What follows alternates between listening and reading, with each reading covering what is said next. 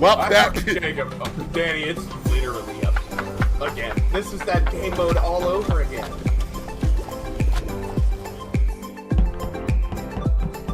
Jacob? Krabby, if it was me, you'd be dead already, alright? No, I want you to fucking verify me for once in your goddamn life. Absolutely not. You're on your own. Well, I'm watching it back in front. You know what? Fine. Alright, you know what, Crabtree? I'll make a deal with you. Alright, you know what? We can stick together this round. Buddy on buddy. This motherfucker!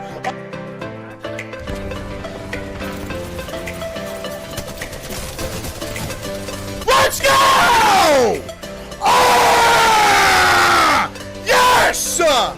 Yes! Yes! Ah, he's butting all the way up! And I hit him again! Motherfucker! Fuck! Fucking shit! I'm fucking terrible at this game! Fuck! Hey, Jake. Don't you start. Don't you fucking start with me. Oh. Tell us how you really feel. Don't you fucking start with me! And the talk of tribals came up because we're doing a lot of tokens. And he and I got into a very spirited debate about what's the best tribal. And I wanted to get your opinion on it. Dragons, no doubt in my mind. Yeah, dragging these nuts across your chin, son! Yes! Finally! Finally!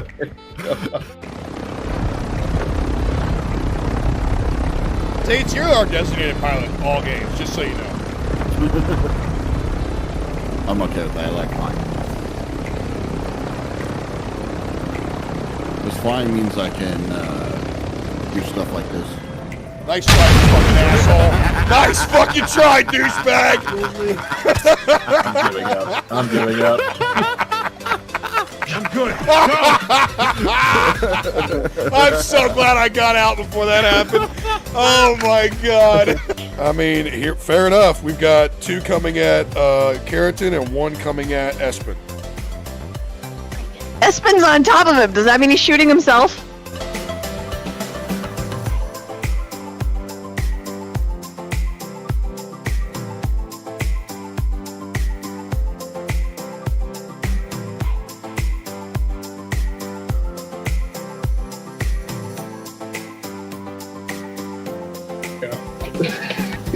Because they definitely won't notice that suddenly change right before combat.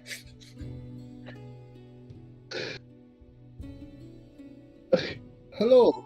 Hey, Good. Thanks. We weren't plotting at all. definitely not. Nope. Mm-mm.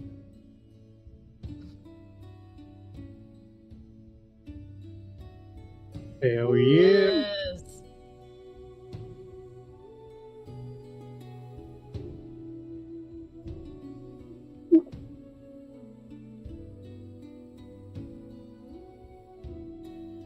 When we get to them.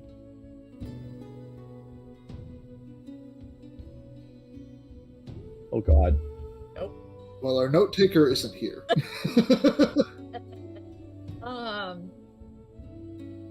We wandered around and we bought various things and we drank things from that ferryman.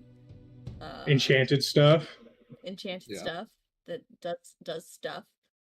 I got like smarter for a minute, I think, if I remember. If only that would work right now. Yeah, exactly.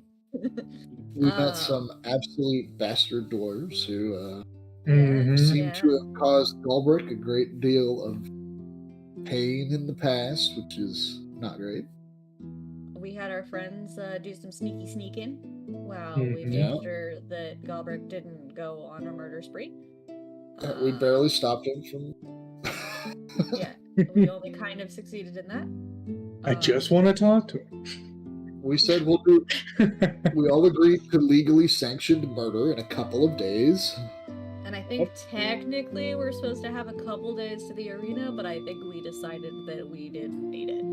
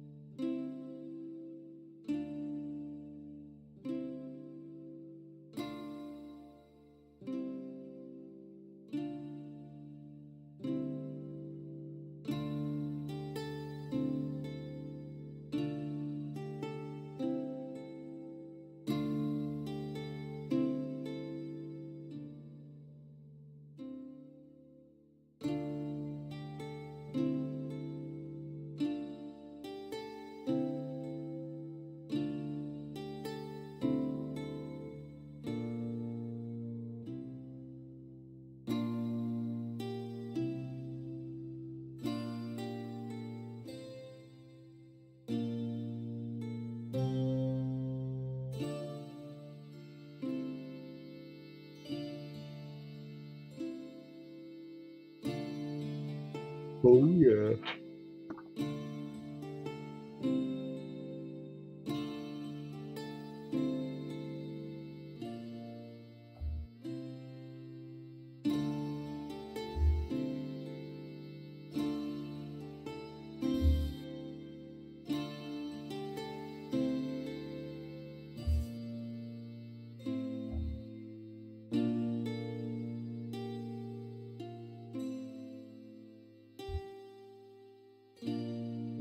I can give you a little description. Well, you got about a almost a 7.5 foot giant bugbear sitting in the middle of the dining hall. Yeah. Extremely dark brown hair from head to toe, weigh about 330 pounds. Just a giant beast. Yes, you know, yellow eyes and a very chaotic alignment. So be careful where you tread.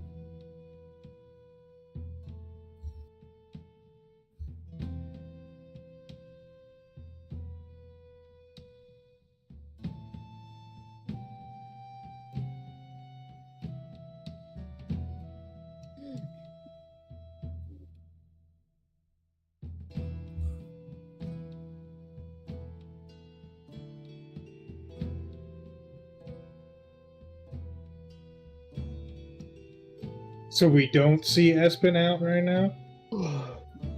Okay.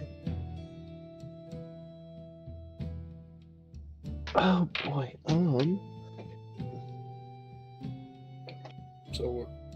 So we're just in the lobby of the tavern, right? Go Well, ahead. the first thing to do with any day is to start it with a good breakfast. I'm gonna head on down and order me some food. Yep, same.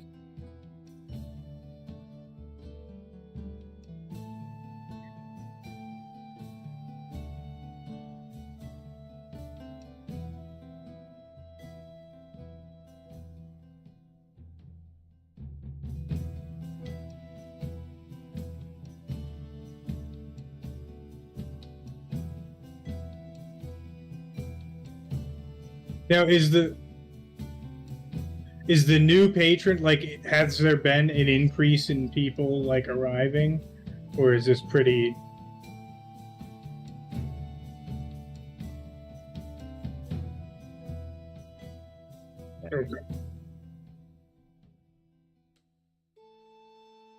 Okay.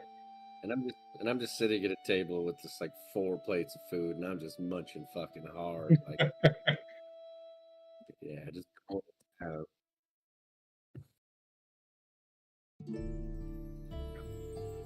Morning. Morning. Morning. Mm.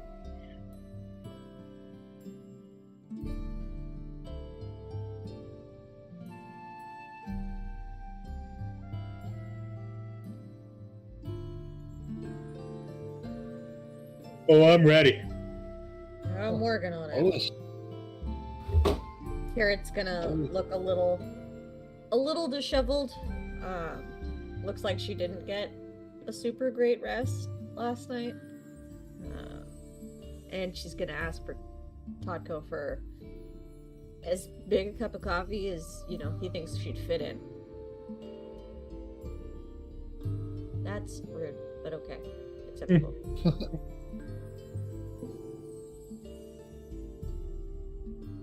That's okay. It's a big cup of coffee.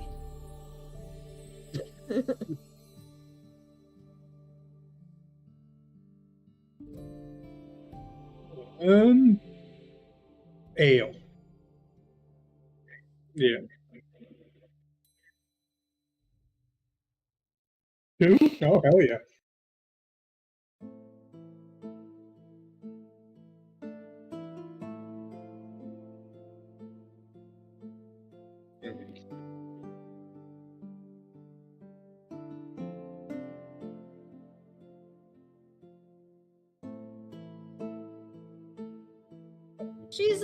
She's sleeping in a bit today.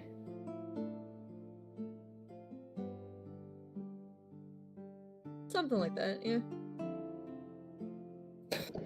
She'll be around eventually. Should we go check? She's fine. No.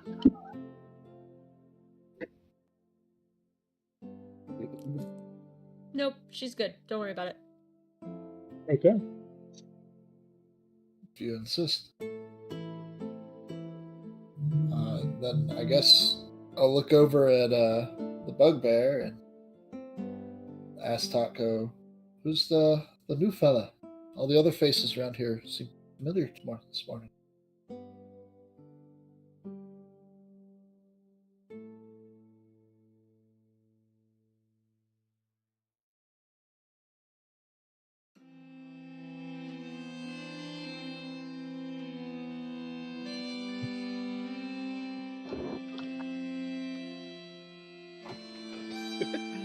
Man. Take the second ale that I haven't drank yet and turn around and head over to the table with the bugbear. I'll slap Artemis on the shoulder and be like, let's go say hello. Right. I'll come with you. Walk over and I'll slam the ale down in front of the bugbear and scoot it over slowly. I'm gonna spill. Morning. Sit over there. Gonna be just like just munching super hard and just gonna boom just on the table and just an ale. Cool. Of course. It's not too early. Thank you, sir. Cheers. Absolutely demolish it. Okay, all right. Just gone. Just what can I do for you, bud? Just haven't seen you around here. Thought we'd introduce ourselves. Yeah, just new face in town, I suppose. Say hi. We are a big deal. I'm sure you've heard of us. Never heard of Artemis you. just sigh. That's disappointing. In time, guys, in time. I'm not from around here. I'm sorry. I'm See, that's why.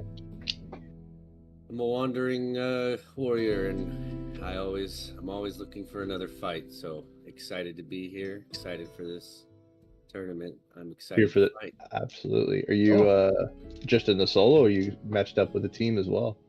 I have no one. I'm here alone. Oh.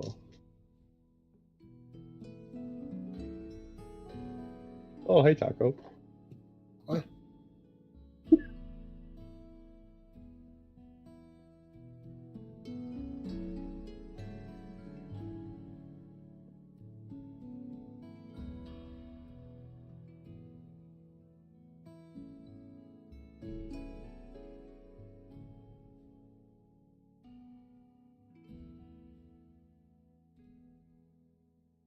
Oh.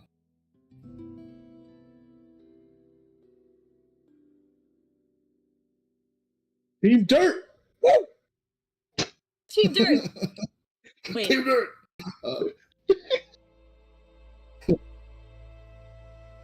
No, like it's an appreciative Team Dirt now. It's less of a downgrade Team Dirt.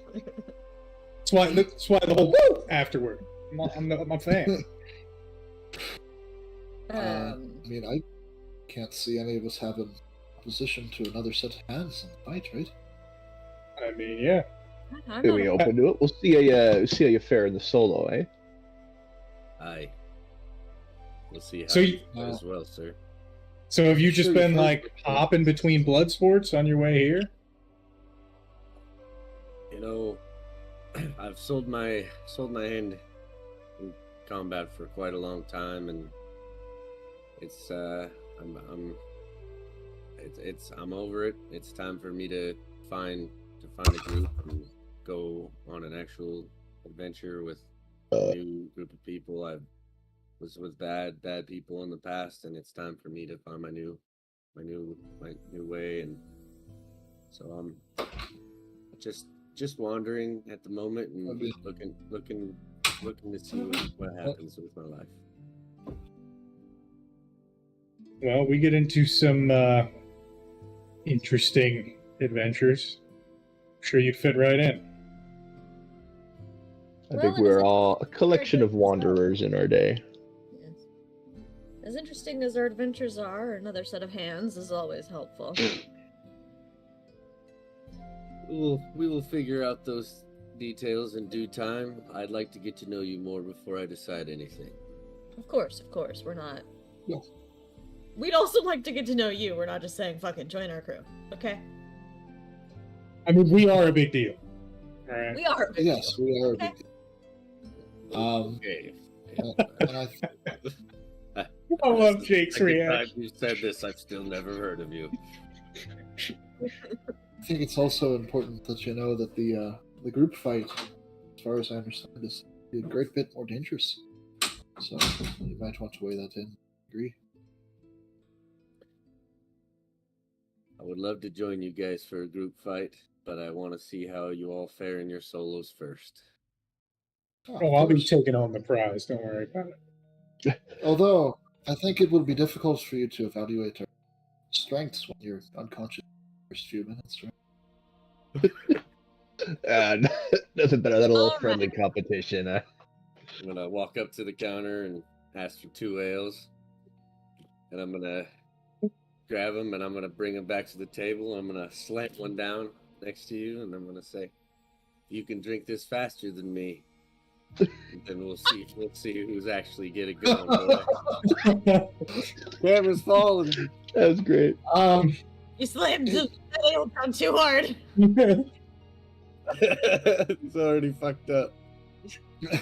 Oh, I mean, yes, of course I'm. All right, well we need a roll practiced for this, Ted. the art of slamming back alcohol, and he's gonna kind of look into it uncomfortably. Artemis. You got this. We need a All roll. right, let's see.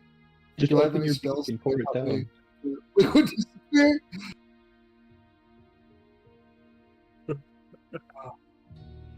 Both of us. Artemis, you get a +2 because you're next to me. Constitution. Oh no! No, that's bullcrap. I Oh, watched no. the dice roll from a 16 to a 3. You got a 9. Oh,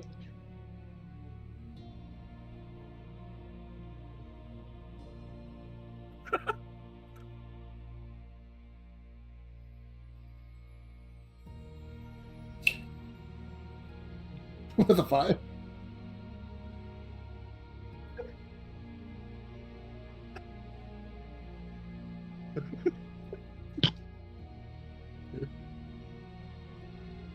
I go to turn it back and drop it on my forehead. I get to.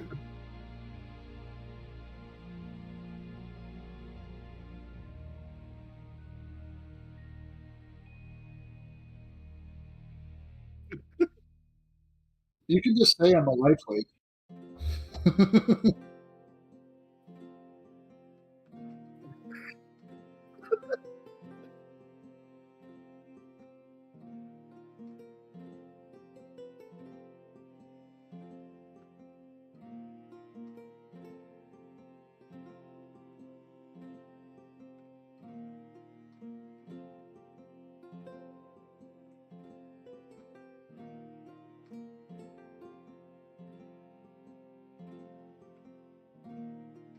I was about to try and dodge out of the way because I was cheering my man wait, on. hold You said He's gonna slide back. 21. Oh, okay, nice. I would like to point out that I actually rolled the wrong thing for that last one. For a saving throw, I actually had an additional +3 for the con save. It's an 8.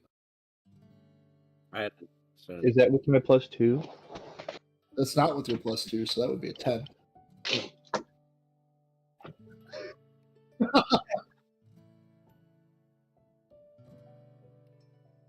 I didn't fudge numbers. I rolled a con check instead of a saving throw. To be fair, Ozzy did say my +2 before the roll even happened.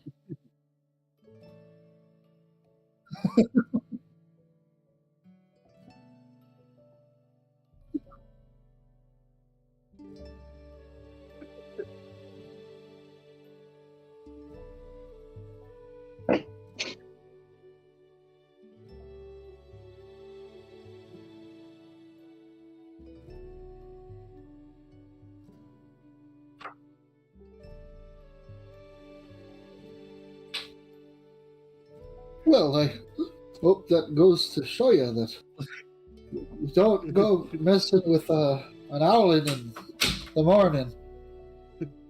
I'm just gonna give you a little chuckle and say, I'll see you guys tomorrow. And get up and I'm gonna walk out.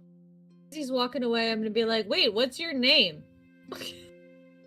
My name is Kazur. What's Kazor. yours? I'm Keratin. You can call me Carrot. All right. What about Galbraith. you?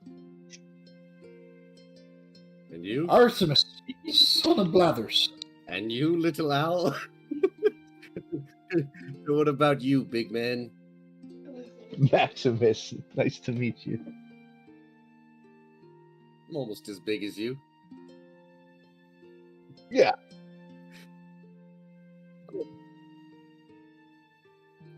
Yeah. You know. All right. Well, it's nice to meet you all, and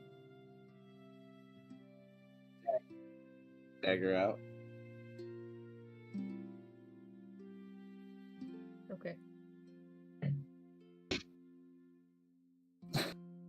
The best one. What do you have against my beard? She says she That's likes how gonna warm be, it is. 15.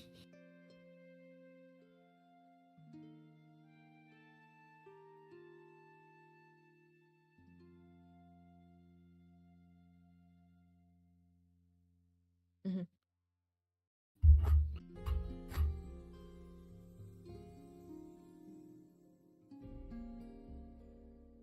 Yep. But I also know about her nightmares.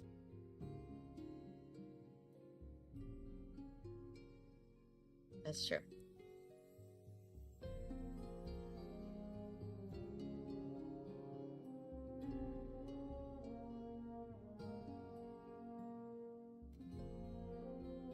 As he walks off, I'm gonna nudge Galbraith. I think I intimidated. I think you did. You did good. I'm proud of you. Now, why don't we get you some coffee? Because you're stumbling a little. We got to get you something. Oh, I could fly straight home right now. I think we need some coffee. Give me some potatoes too, something to soak it up, okay? I'm on it. While they're focused on Artemis' first ale.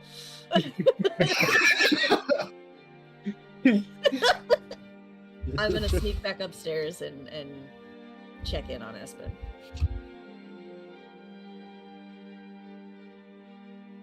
Oh, I'm gonna poke my head in and be like, Espen?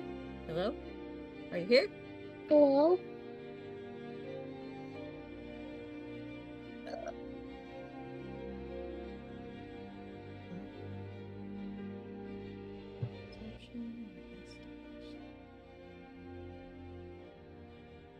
I know how to read.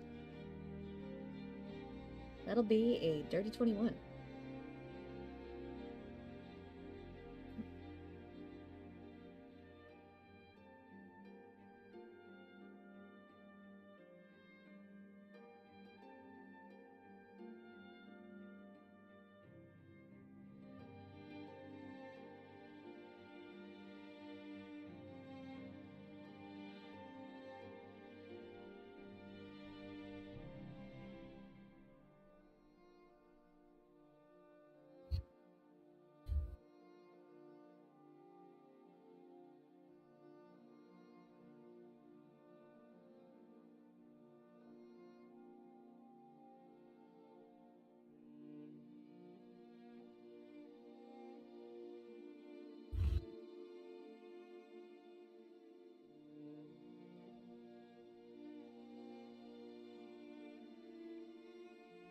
I'm gonna go grab that note.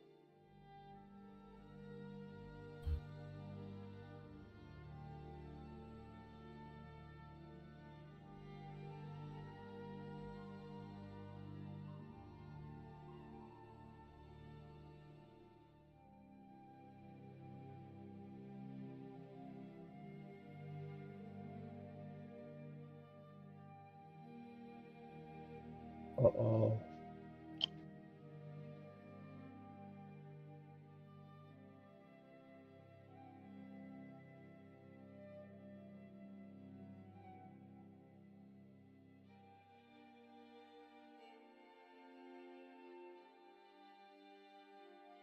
Mhm.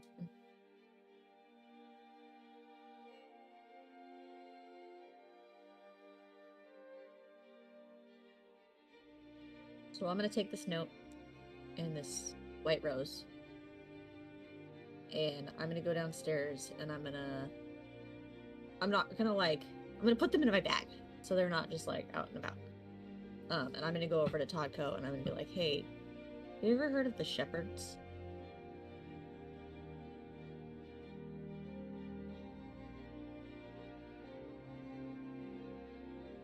I'm not totally sure. And I'm gonna show him the note.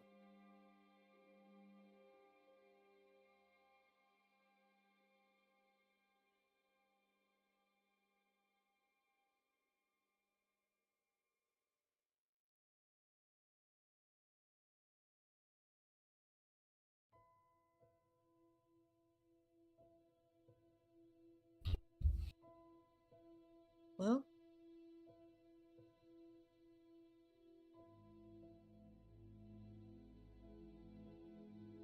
okay.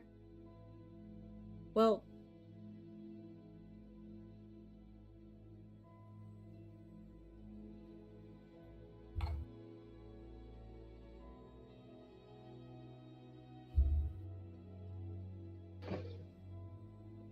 yep.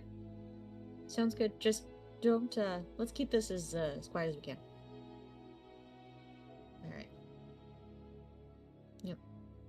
And I'm then gonna take that note and, put it back in my bag, tell the rest of the squad who's presumably still dealing with Artemis, hey guys, I'm gonna run a quick errand. I'll be back. I'll hit you up Did on you the see- earring if you need me. Did you see Espen up there? I didn't go look. Oh, I mean, should we go Okay. chill? I think she's fine. She's probably just sleeping in. well, do we roll insight against it?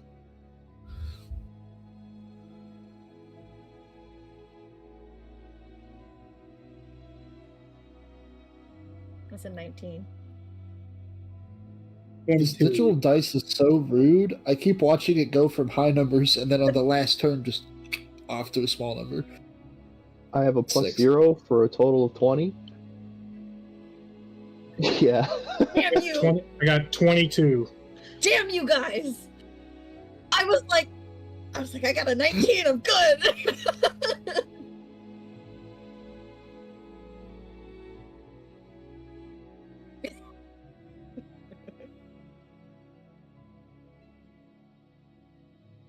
I'll be back. Bye. Yeah.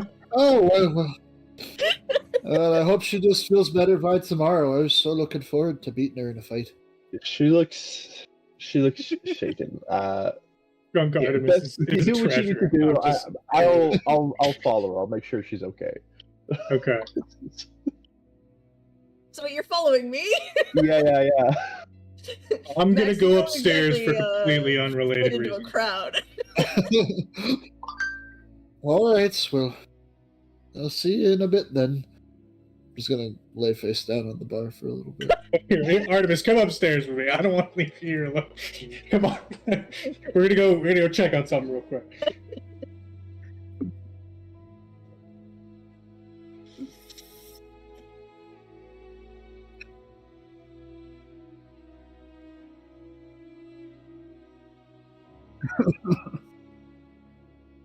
That doesn't sound spicy at all. I was just gonna go and check out the town a little bit since I had just arrived and kind of see what's going on. See if any weapons have been put on layaway. Meet some people.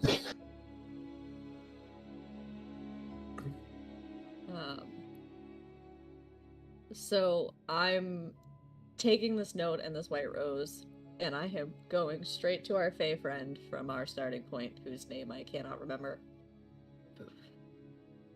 Already? Yeah, Lugir. Oh, look here!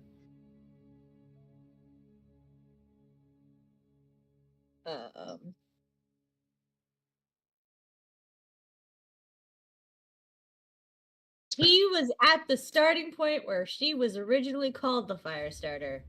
So he might have. Also, he's probably the god of mischief, so. We don't know There's that. some help there, too. We don't know Seems that. likely. We don't know the thing. We don't know the thing. We don't remember I don't that. know. We don't know.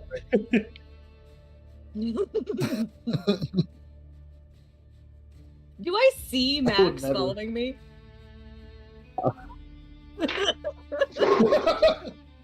You didn't even have to say. I already had it. My passive perception is 15. I got a 1, and then a 20, and then another 1.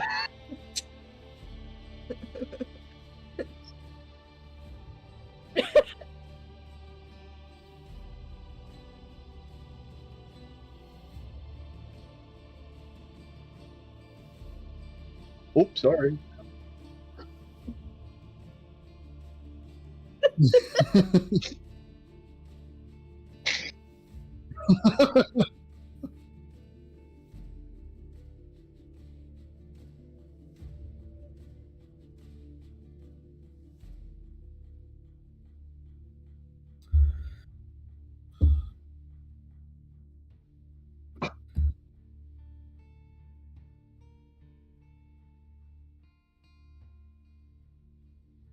You know what I'm picturing? I'm picturing Shaq in that meme behind the tree.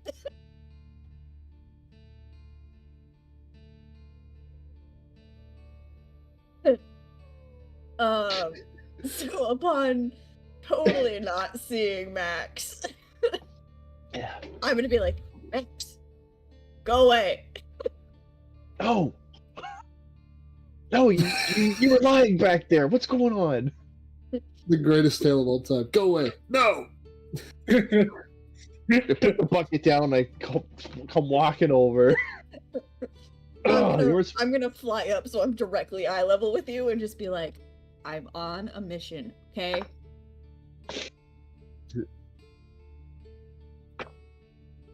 Oh shit.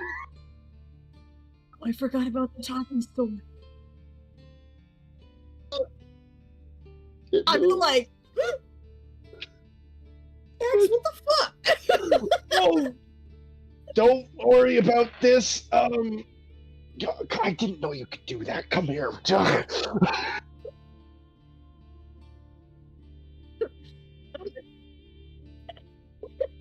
I'm gonna like fly down to the sword and be like, I'm not gonna fucking hurt him. I'm just talking to him. Calm down. Whatever the fuck you are. You're not part of this. Hey. Why am I having a conversation with a sword? Max, what the fuck is happening? Carrot, this is Ralph. Ralph, this is Carrot. It's okay. We're all friends. Max, She's where friend. the fuck did you get a talking sword? You just come into these sorts of things You sometimes. don't just come into these sorts of things. No, it's way more common than you think. Is it? Don't redirect. Be Ralph. Okay. You were lying. You were almost lying had it in for the a minute. tavern. I know you well enough. You were lying back there. What's going on? Where's Espen? I'm not totally sure. That's what I'm going to find out. Were you gonna go find her? Did she not come home? Like, I don't know. Okay. I'm just... well, don't have to do this alone. We're gonna come with you. Fine. I'll keep you. Shh, be quiet. We're good. What the fuck's wrong with this one?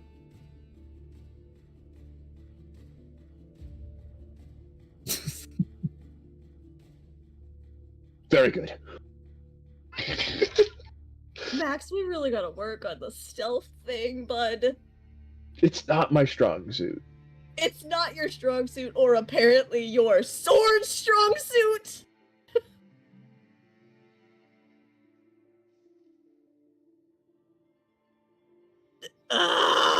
We'll deal with this later.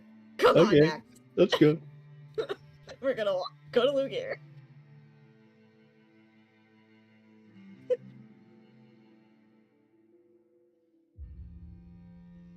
Who's going to Espen's room?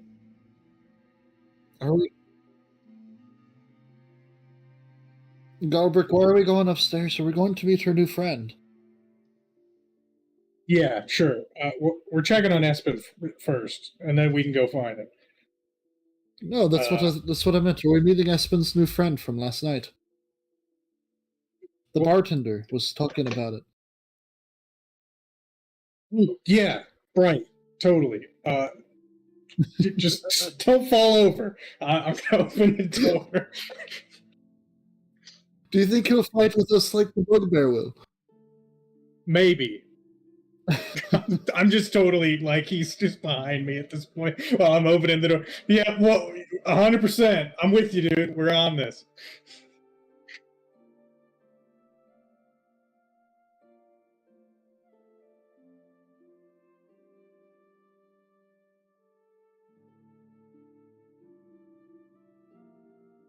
Sure. 17.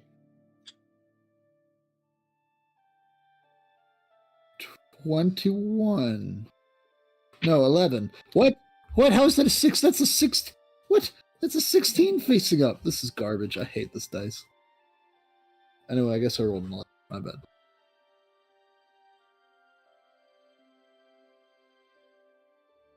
Describe it to me one more time. I didn't quite catch it the first time.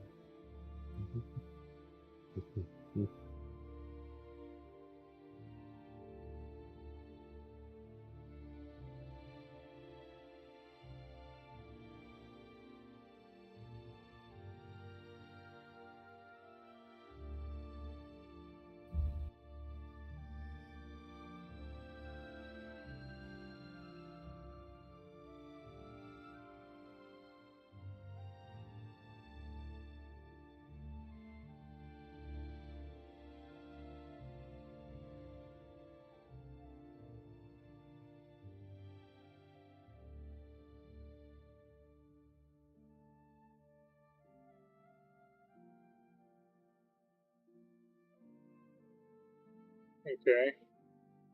One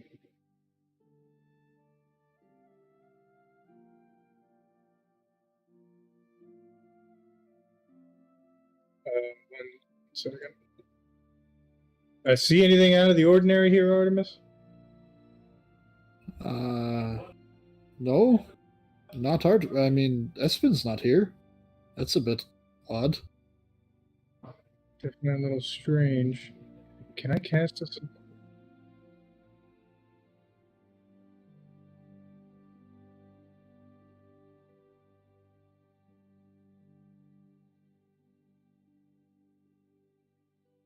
Wait.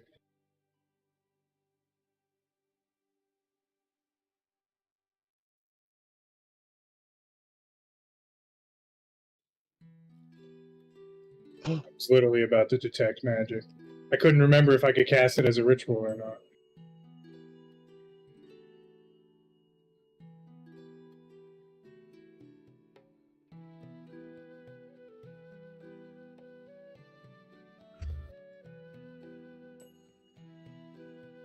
Okay.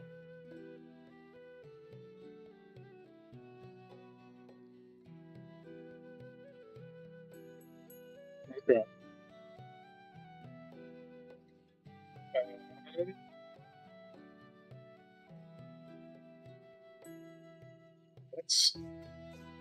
It's an object that I remember that Espen has. Ooh. To think.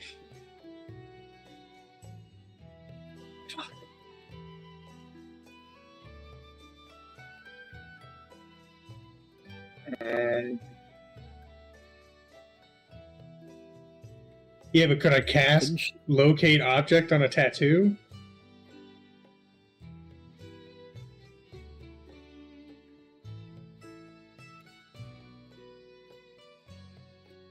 Okay. Didn't we give her one of the magic staffs we found as well? I think so. How about that earring that we all have? That works too. Yeah, that's perfect. Yeah. Who are you talking All right. to, Garrett? So I'm gonna take a little bit of time and like lay out all my ritual casting shit and cast locate object on Espen's earring.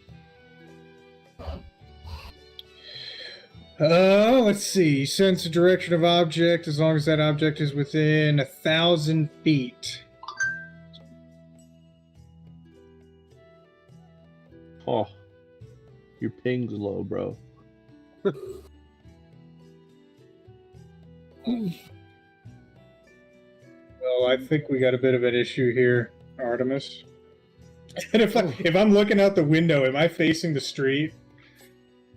At this point, am I seeing Max and Artemis, or Max and Carrot arguing out in the street right when I'm looking out the window? See me just yelling at a sword.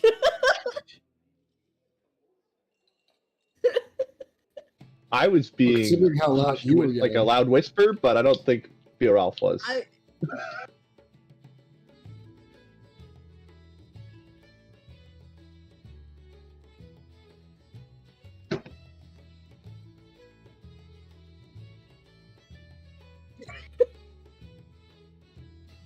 Wasn't even trying to be stealthy. Oh, I got double 8s. I have a -1 to stealth, and then a -3, so 4. 4.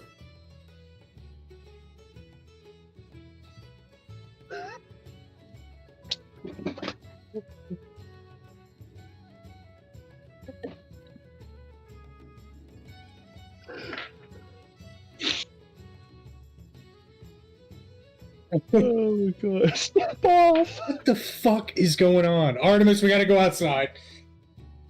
Oh, he's Artemis is gonna look out the window and see the sword yelling, and oh man, I knew I shouldn't take up drinking.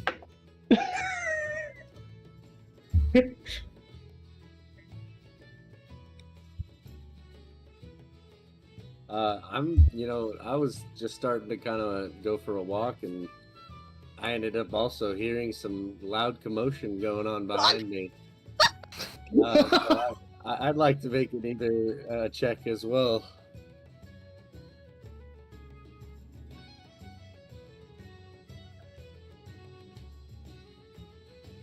So at this point, I'm gonna I'd like to either do an investigation or a stealth check to see if I can kind of trail them a little bit. And all right. I'm a little curious to see what's going on. I actually have a +6 in stealth modifier, which is pretty crazy for these guys. What class? Oh, I rolled a 3. Fuck me. 9.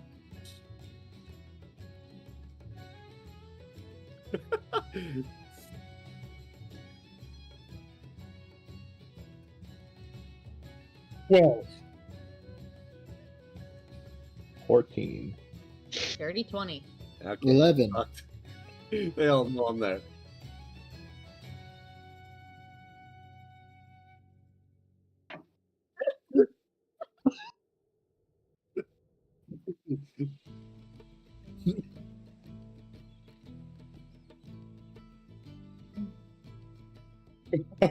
I descend on their right at the tail end of their argument. Guys, we have bigger problems. Espen is gone. What the hell's going on? I'm fucking aware, okay? I knew you knew something. I could tell. She lied earlier in the tavern. Kazur, what are you doing back there, man? I'm just gonna. I was gonna walk up. Yeah, I heard a bunch of commotion. Are you guys okay? We're fine. We are fine. We're not fine. Someone's literally missing. This is We're trying to fine. figure it out. All right. Would you guys like help in your search? No. Yes, absolutely. Is there a search? I'm so confused. Just stay over there. Give me a second, and I'm gonna like grab Artemis and Galbrick, and we're gonna like get into a circle. Team huddle. All right. Not me. Not Max. You're already there. You're right. I'm sorry. And I'm gonna like lean in, and I'm gonna get quiet. Talking Not to like super, super quiet, but I'm gonna no. Better yet, I'm gonna tell them through the earring. Gotcha. Okay, so here's the thing. Espen's gone. There was a note on her pillow basically saying she'll be back by tomorrow. If we come looking for her, shit will hit the fan. So I'm just gathering information and we're gonna go from there, but we do not need to include anyone else right now. Let's worry about Kazur tomorrow. Well, you know, they say the first 24 hours are the most important in a missing persons case. Maybe they told us not to come looking for her till tomorrow so that they could get those most important hours Ooh. completely unobstructed. You know, Am I? he's on to something. Gobert, shut the fuck up. I've got this, okay? Those gauntlets are going to your head. You've changed. You know, some of the great stinkers I'm gonna like were puff myself chronic up as drunk. big as I can and be like, have I changed, Max? Who are you gonna go talk to about this? Lugir. Okay. Well, do you want us to The all nice go man along? from the other or- day. I mean, we're all here now, so we might as well all go. Well, now I'm gonna feel bad. I already invited Kazur. I'm not gonna just like pop out of the huddle here and just disinvite them. Okay. That's just rude. So then new plan. We're gonna tell Kazur we're splitting up. Max and I will go to Lugir. You Okay. and Artemis and Kazur are gonna go look elsewhere. Okay. Dude. All right. I'm down with it. Okay. Go. But where are we looking? Do we have? Yeah. Yeah.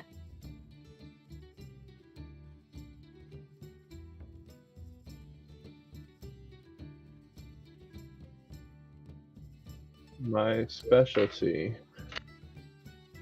Do I not give one? Get fucked. 17. 7.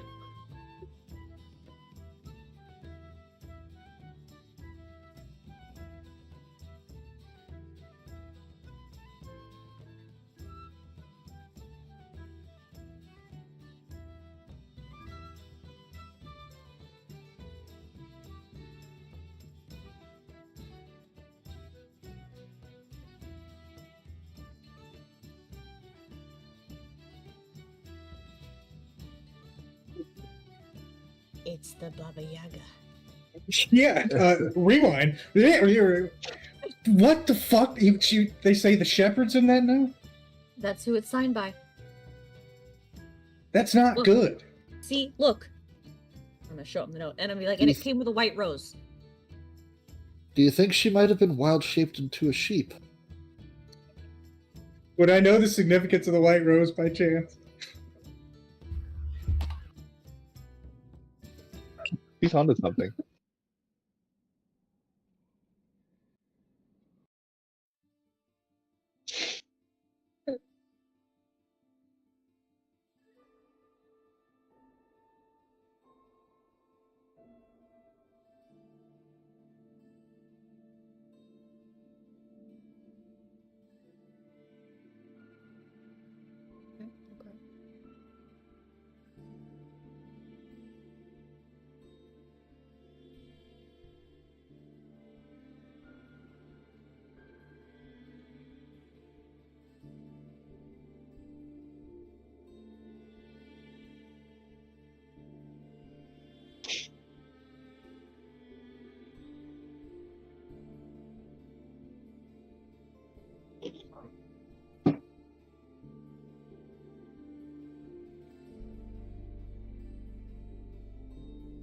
It checks out. And it was a white rose? It was a white rose. Okay. Well, I suppose that's a good sign, I guess, when you're dealing with church boogeymen. All right. Well, let us know what Lugir says. We'll go in another direction, I guess. Thank you. So where are we starting to look? We don't have any clues to go off. You're not actually looking. I know where to look, Artemis. We got this. I'm just gonna mutter under my breath that this is gonna go so poorly. I'm just gonna herd Artemis and Kazur, and we're gonna head off through the town towards, I don't know, the church district. So what? I'm gonna just be. What the hell just happened? Why are we splitting up? No one said anything. Change of plans. We gotta spread out our search pattern. Everybody just stood in a circle and looked at each other. Just gesturing. Our mouths weren't even opening. We're all just staring at each other.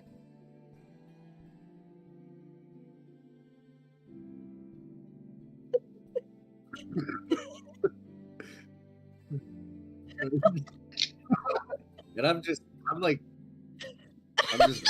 still kind of half drunk in this whole situation. What the hell is going on right now? We need to spread out our search pattern. We're gonna head this way.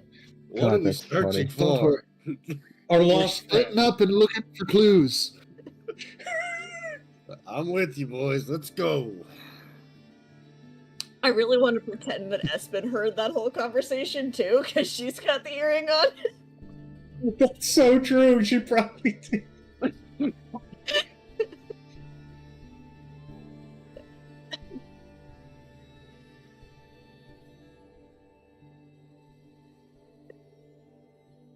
Come on, Lugier.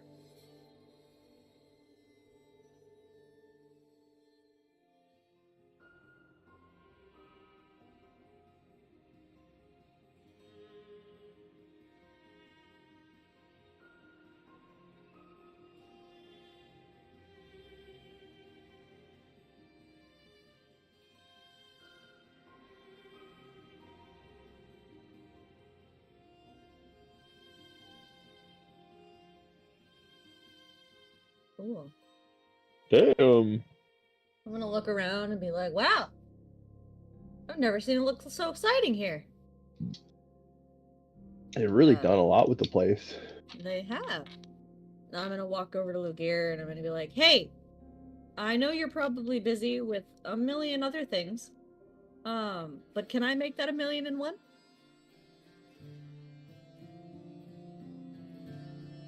Is there Jugs. somewhere private we can go?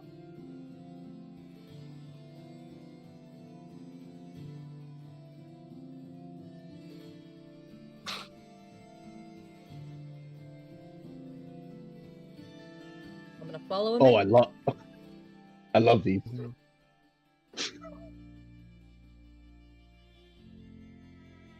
Oh, refreshing. I'm also gonna look around the tent and be like, holy shit! I always forget. Oh,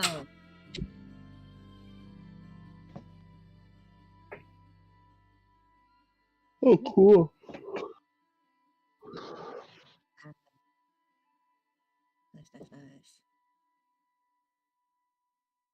Nice. Jake, your mic's not working on Twitch. Sucker. I don't know, Sus just said it.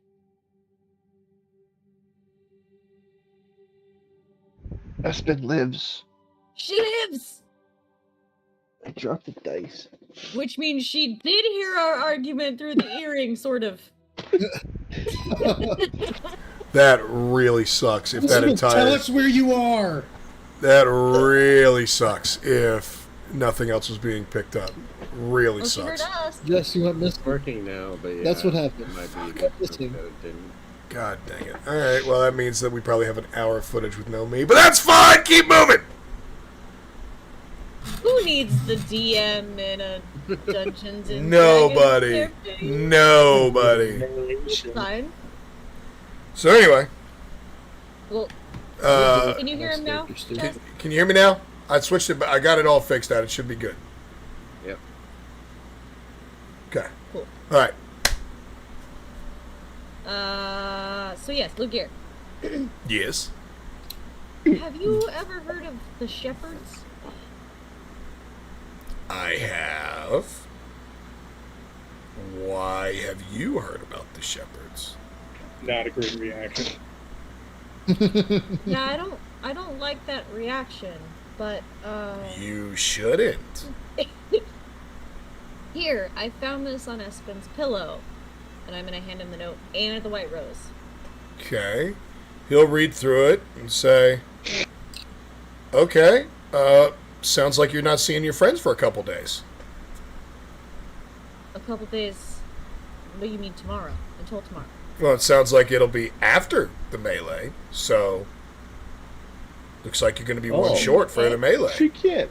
No, she can't miss the melee. I'm going to tell you right now, you don't have a say in the matter. Oh. Now, the good thing is, everything that they've sent and said says she's going to be okay. They just decided that her services, which I'm sure she'll be compensated for, were more important than an arena fight. Why that is, I don't know. And at this point, I don't know if I want to know. So I shouldn't worry.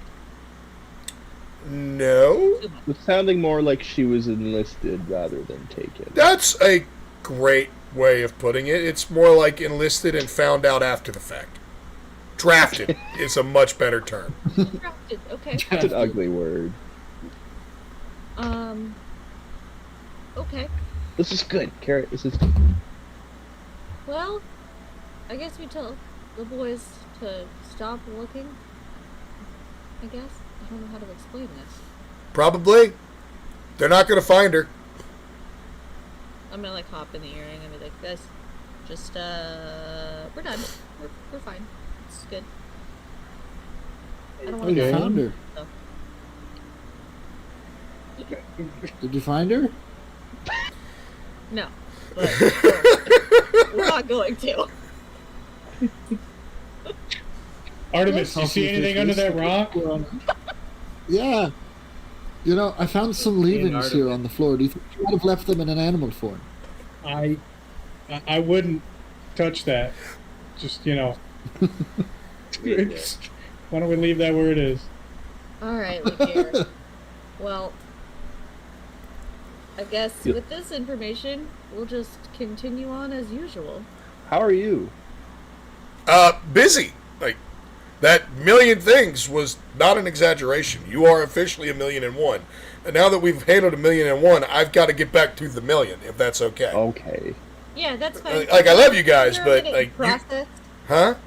Can I just sit here for a second and process? Oh, yeah, for sure, but I've got to go. Yeah, do your thing. Yeah, if you think it'll kill you, don't touch it. And he'll just leave. Got it. Okay. How many things look like they'll kill you? Oh, he's got, like, boiling, like, beakers and stuff like that for different drink combinations and everything to try and just, constantly expand the his rotating arsenal of magical drinks. Yeah. Okay. He's a mixologist. So basically everything. Everything, yes. You're in a magically enhanced room lined with different levels of explosives. Alright, so Max and I are gonna sit on the couch and not fucking move. And I'm just gonna, I guess, tell the boys over the earring, like, hey, so this is what Luke here said. We're gonna not worry about it to the best of our ability. We're gonna try and just trust that she'll be back when they say she'll be back. Okay. All right, so we'll go to the other three boys. We'll go to the other three boys now. Where were you guys starting your search before this happened? What would you like to do? You find us in the cemetery. Here lies Espen. She was a long-lived adventurer. Here lies Artemis. Artemis just fucking out on the ground. Yeah. I'm just sitting there next to him. Rested. Fucked around. All right. But basically, yeah, Curled we're up. walking through the church district. Yeah, I got bored while he was talking. Oh, you went to the Curled up in church the district. Yeah, that's where I was headed. Okay. Picked a random direction. All right. So, You're boogman, so that makes sense. sure. In the church district, what would you like? Who would you like to talk to? What would you like to do? Really have a goal. I was just kind of going on a quote-unquote search pattern. Just killing time. Yeah. I think I was just kind of The walking whole time around, having Galbraith a was look walking. around. The whole time Galbraith was Oh, walking, wait I a was looking minute. down at the ground, and like intensely Okay, looking for hold things on. and Hold on. cobblestones. Going towards the church district. Hold on, I gotta look at a map. Okay. Your inconsequential You're throwaway line you're started this time you're of year. heading towards the prayer district. I need you to give me a D20, 1 through 7. Something happens. That's weird. Just I Galbraith. don't like that. Oh fuck! Your friends Just are over- over there. Oh, you're not. 8. friends. Okay. You managed to avoid the beach longship on your route.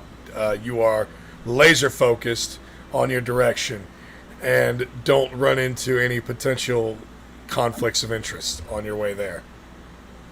God, like a portion of this town is just a bad place to be for me. You're in the prayer district, walking around. You see, the keeper of the forge and all that fun shit. You're good to go in that regard. So if you'd like to do anything, you can head back if you want. There's the shops that you want to hit, possibly. Whatever you guys want to do. You've got. We'll say it's early afternoon at this point. I don't Goldberg, really have anything for myself. But Galbraith, the boons that the priests gave out. How long did those last? Those were days worth, right? I believe it was days worth.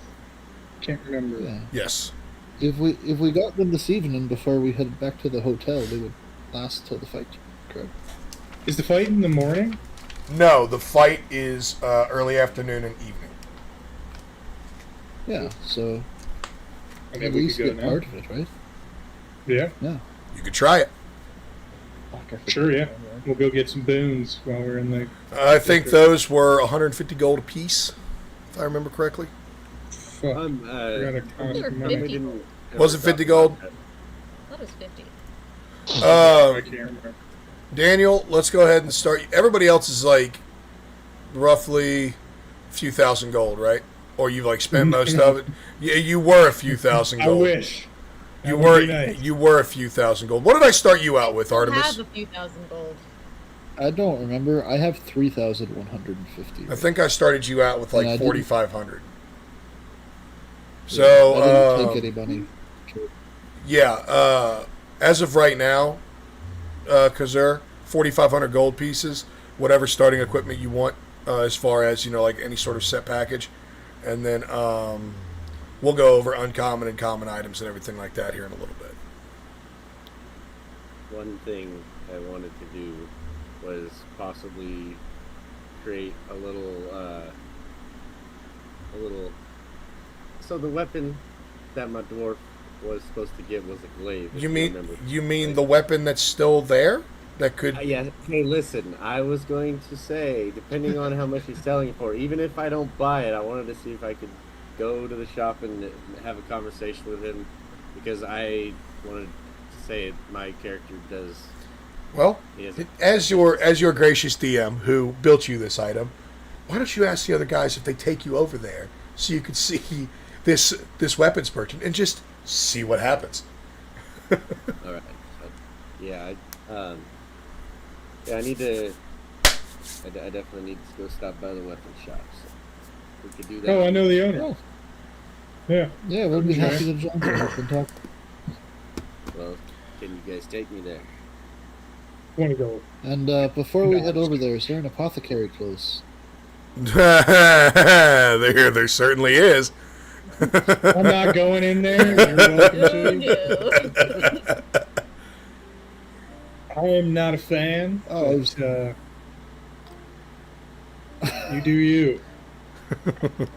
Can we be out front of Mama Goaties at this point? Yeah. Yeah, you guys Red. have all cleared that shit up. Yeah. Well, Yeah, we're good, dude. This is your own personal paranoia creeping in. yeah. Well, that's what I'm saying. We cleared up her area. I'm not a fan. Yeah. You guys could go ahead and head on in. I'm going to stay out here. Yeah, you Gucci. because I'm starting to nurse a pretty serious headache. She He's may be not able to help, or she may make it worse. More ale will help. Yeah, I'm sure she's got some kind of headache cure, right? Yeah. No, I don't think I need more. I felt like I got a headache when I was just going in there. All right, so we'll head over to Thorgrim and the Shattered Shield, and then we'll head to Mama Godie's Herbs and Remedies. Mama Godie! All right, And I so think At what point do we meet up with them? whenever you want. I'll meet up with them. so. Motherfucker. Just to speed everything else up before we go to the weapon shop. While we're in the Pro District, we were both gonna get a boon goblet. Oh, get to my goal. And I don't think I'm going to be getting a boon. I kind of hang on to some of my money. I would like the dexterity boon if I could, please. Yep, and that will be 50 gold, and you will have advantage on all dexterity checks and saving throws for the next 24 hours. Perfect. Alright, that's all I'll do. Copy that. Mama Godie's just mostly just a gag. I'm gonna meet up with them at the Shattered Shield. Okay, yeah, you guys are at the Shattered Shield, and Thorgrim, you guys walk in, and Thorgrim's there and says, good evening, lads and lassies, how are we? Hey, Thorgrim. This is our new friend, Kazur. I was hoping you could set him up with something nice. Kazur, eh? What, you just lost one teammate, now you feel the spot already? We haven't quite filled it yet, but I guess he's in an interview. Extended. He's an interview? intern. Fair enough, alright,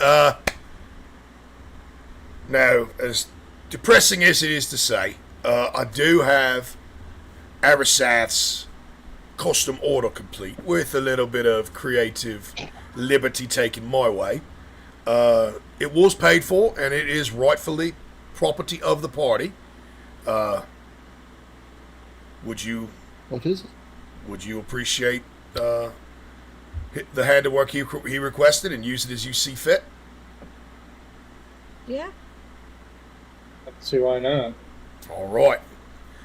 He will wheel out and reach up on the wall, and you'll see what looks to be a very interesting two-handed weapon.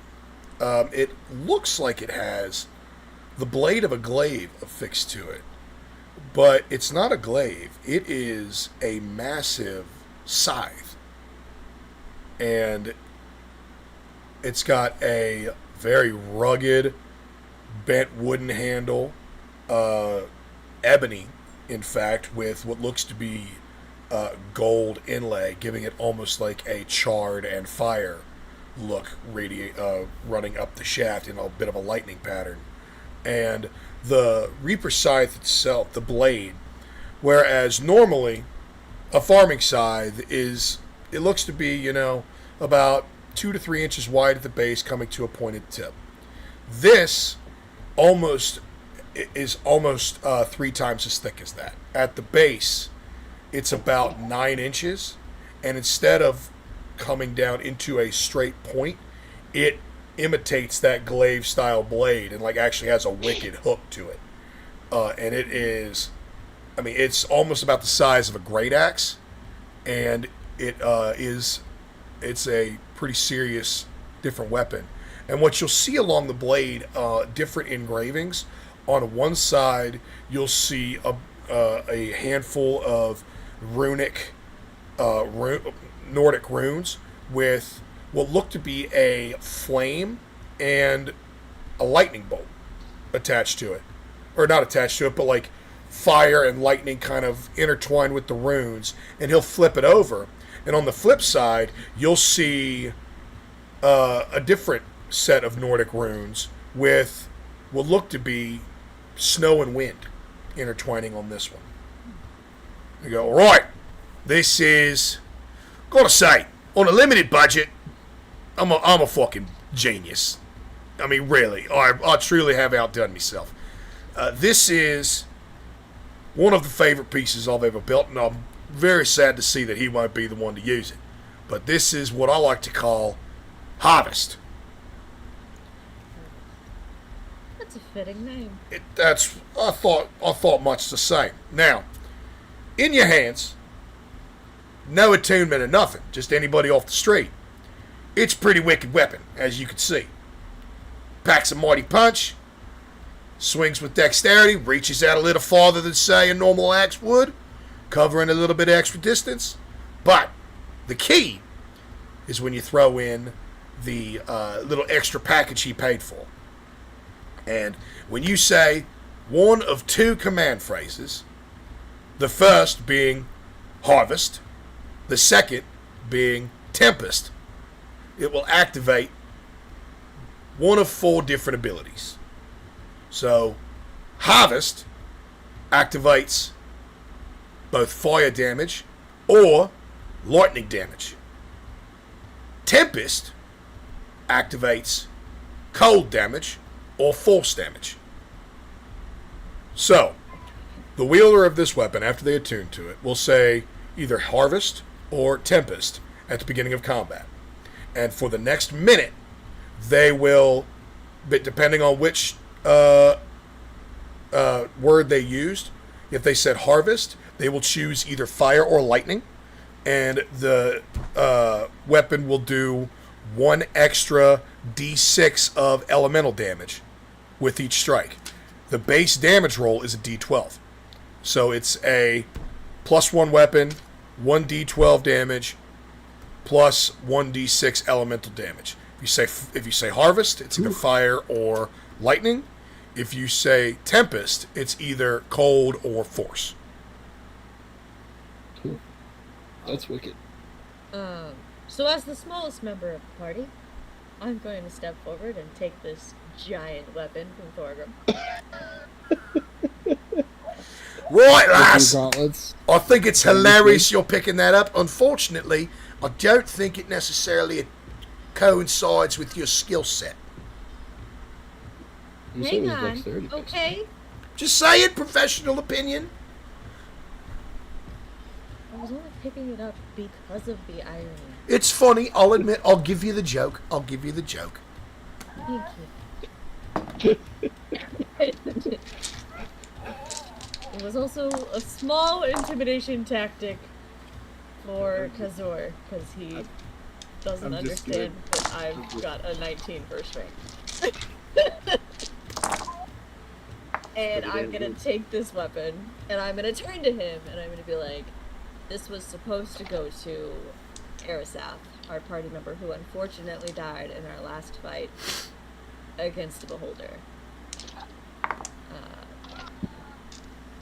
I'm gonna give it to you for now, but I'm hoping that we can both understand that if this doesn't work out Do you want me to move between the arena and whatever is to Yeah, come, probably even be more it comfortable. be returned to us if, Everyone else we wants part it. ways. Of course, I can understand that, and I appreciate you letting me use it. I'm sorry to hear about your former party member. We appreciate it, but it's best that it's used, by someone who can appreciate it. My eyes are gonna open Even wide if when it I isn't see. me! And I look at Thorgrim. Don't kill the messenger, love. Eyes are just gonna be open wide seeing a weapon like this, because as a gladiator, I was always just given the bottom of the barrel weapons and thrown into a fucking ring, and so I've never really seen anything of this quality made like this. So I'm just kind of in shock and awe at this weapon, and very, very appreciative that you've given it to me for now. Wonderful. Now, the thing you have to understand about the elemental charges, every time you use one, you can't use that one until you've completed a long rest. So essentially, like, if you have multiple combats, if you get multiple combats during the day, you get 1 charge per combat, essentially. That's good. Right? How long does it take to switch? I need to create like a thing that just tells me what that does. Okay. I need to make a D&D Beyond weapon for that. But what you do is, shit. was gonna say something. I completely derailed. Oh, it's a bonus action to use the charge word. So as a barbarian, you can't rage and use the charge in the same action sequence. And to change it mid-combat, you can, but it's another bonus action. And again, if you use 2 charges in one combat, those both will be done until the end of until you take a long rest. How long will the charge last for all of combat? 1 minute. If I don't 1 full minute. So about 10 rounds. Okay, sounds good. Just about like the same as rage would last. Yes. Rage, yeah, pretty rage close. lasts for 10 rounds as well. Okay. So yeah, that's it. Cool. Oh yeah. I was gonna try and. I had you taken care of. Don't worry. Now, because of all the travel and everything like that, it is coming out to be evening. Evening. Anything else we need to get done today, peeps? Well, I think we should get a good night's sleep before the fight tomorrow. We've got a pretty big one coming up. Best to be rested and prepared. It's in there.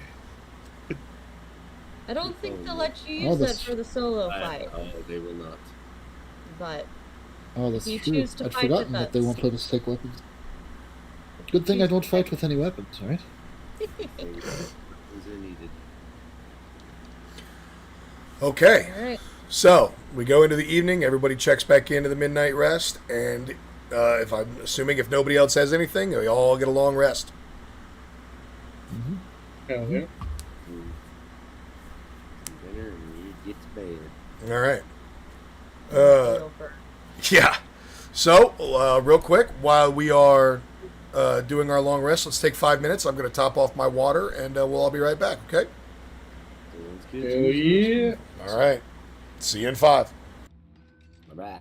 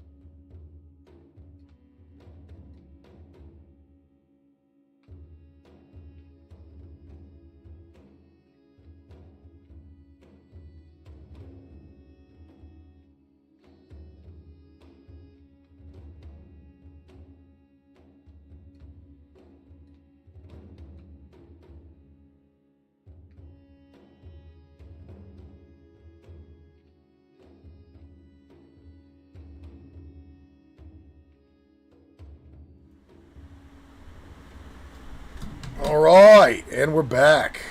Everybody ready? Indeed. Good. So, dawn breaks. Daily preparations are made, and everybody's got that nervous energy about them that just comes with knowing something big is happening later that day. And as the noon sun hits, you all begin to make your way over to the Raiders' Right, the very large arena that's in the center of town. Preparations have been made. No other interactions shall be had. And as you make your way up to the Coliseum, you see the quartermaster standing in the Raiders' Wrath, which is the forge and training area attached to the tavern next to the Raiders' Right. And you'll see there a lot of individuals prepping for combat. You'll see a lot of just normal run-of-the-mill looking raiders coming in. Nothing really special about them. Nothing, humans looking for their first break into the real world, into something grander. But there's a few names that you've met earlier in the week that told you they were going to be in different levels of competition, but maybe didn't confirm where they would be competing. The first you'll see is a tall, skinny Goliath bard with a rather unique looking lute strummed across his lap, blindfold across his eyes, and a light tune being played on a lute that actually has the head of a great axe where the drum would be. And you see him very carefully, scar-riddled skin, barely avoiding the blade, picking a lovely tune. And amazingly, blind as he is, as you walk up, he tilts his head up and says, "Good morning, fighters. I'll see you shortly." And then just goes back to play. I like on. You see Lake and Songweaver. Another two that you see are a pair of very large, not Goliath, half-giant brothers. Thick, very muscle-bound. And they're actually doing some light hand-to-hand sparring in the ring. And by light, I mean blows that look like they would normally crush a normal human, but just glancing off each other's thick exterior. The Stoltman brothers from Terra Firma. Team Dirt! Team Dirt! You see... I wanted to cheer them on as I walk by. Team Dirt! A big deal! My friends! My lads! My mates! And the last one you see is a dwarf with two hand axes beating into a dummy with some very interesting looking armor and a very particular crest adorned on his chest. Just a large horn.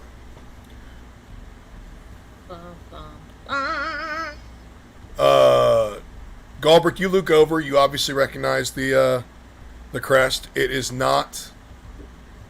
It is not. It's not a face you're unfamiliar with. I'll say that. Okay. I'm gonna. Nah, I won't put the helmet on yet, but I'll head to the quartermaster. Okay. The quartermaster sitting there is Goda. Ah, a big deal. My favorite name of the tournament. I'm glad that Someone likes it. I'm glad that you're here for the singles melee. I'm glad you're here for the singles melee. I understand there were 5 of you, but one looks slightly different than what I expected. Is this Are you telling me that you're 6 now? No, this is Espen. What do you mean? I am very appreciative of the female form, and I can tell you that's not one. Oh, we got a last-minute replacement. Interesting. Because they're... Interesting. Will this affect your team entry? Well, Potentially. Espen should be here for the team entry. So you are now a 6-man team. But we are now a 6-man team. Wonderful. You were one of 2 that was not full, and I was beginning to get concerned. Well, you know, With we how just Berserk thought fights. we'd, Interesting. we All just right. thought we didn't need 6. We just thought we'd take pity on this fella here and Oh, We needed to interesting. play. help him on his way to some We prize. had the spot. Interesting. Well, either way, you're all enlisted, ready to go. I'm guessing that with Espen not being here, Kazur is taking her spot. That's fine. You're all under the same organization banner form anyway. So, as of now, I will please request that you turn over all your weapons and gear and be issued similar armory attendants before you enter into the arena. Yeah, unfortunately. That's over. I had some questions. Oh, one of those. Okay, well, No. So, my question was relatively simple. You don't bar any sort of magical arts in this competition, correct? we do not. Well, magical art has to be channeled through a device of some kind. That usually takes at least an hour to grow accustomed to. Could we all just save ourselves some time and let me use my staff rather than getting a new one? It's not really enchanted. Is it doesn't not? have an extra... Well, I can... It doesn't have any interesting that's on it. Interesting. And what sort of magic do you dabble in there, my small feathered friend? Mostly range combat. You know, Interesting. distance fighting with magical spells. A little bit Interesting. of trickery here and there. Interesting. Very well. I shall I'm make gonna you... lean forward. I'm gonna be like, I saw him shoot a rock through someone's skull. It's the ranged ones you have to be careful with. I'm going to make you an offer. The stick, if it is a stick as you say, may stay on your person if your wings stay folded throughout the entire combat and your feet stay in the dirt. Ooh. Ooh. Ooh. Ooh. I don't know that I'm much of a fan of that treat. This is a test of physical skill, not trickery. Well, my wings are my physical skill, am I right? Yes, it's the canoeing of foreheads that I consider the trickery.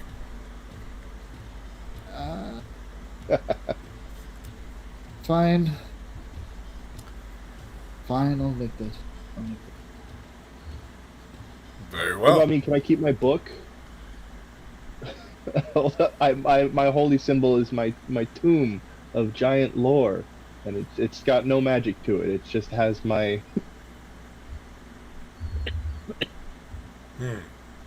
It's just a book full of stories.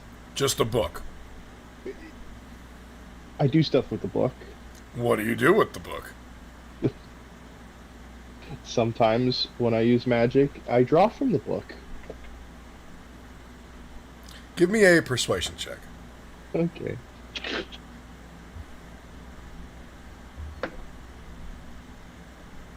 $13.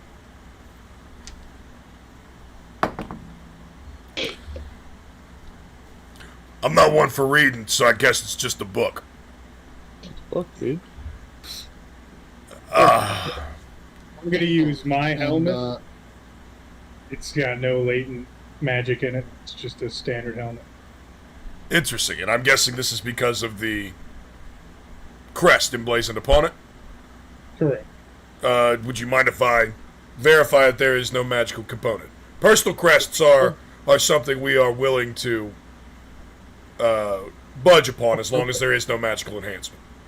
Yeah, I'd like to wear my heraldry, and it doesn't have any magic. Feel free to check. And she'll pull like a little tuning fork out of her leather apron, and just like lightly tap it against it, and just hold it to her ear. Say, pure resonance. There you go. Very nice work. I'm guessing your own. It is. Thank you very much. Very nicely done. Yes, you can use your personal crest within combat. To be candid, I'm just honest. My guardian emblem that was on my shield, didn't realize this till now. I can take it off. So right now it's just worn as a necklace of kind of a mirror. But I don't know if that raises any flags. Is it magical? It is. What is it? It's my my item that negates crits. I had it on my shield. Okay, so items like that, yes, not allowed in. That will have to stay outside. So if you want to keep it on your shield, that's fine. Or if you want to wear it as personal heraldry, we can say that it doesn't have the crit negating ability unless it's part of your shield. That's fine, because I thought it, like, because I haven't looked at descriptions since we started this campaign. I thought it was just my shield and that was it. It's the emblem itself that, as an action, I can attach and remove from shields and okay. armor. We'll say for this specific instance that it's the act of attaching it to something is what activates that crit negation.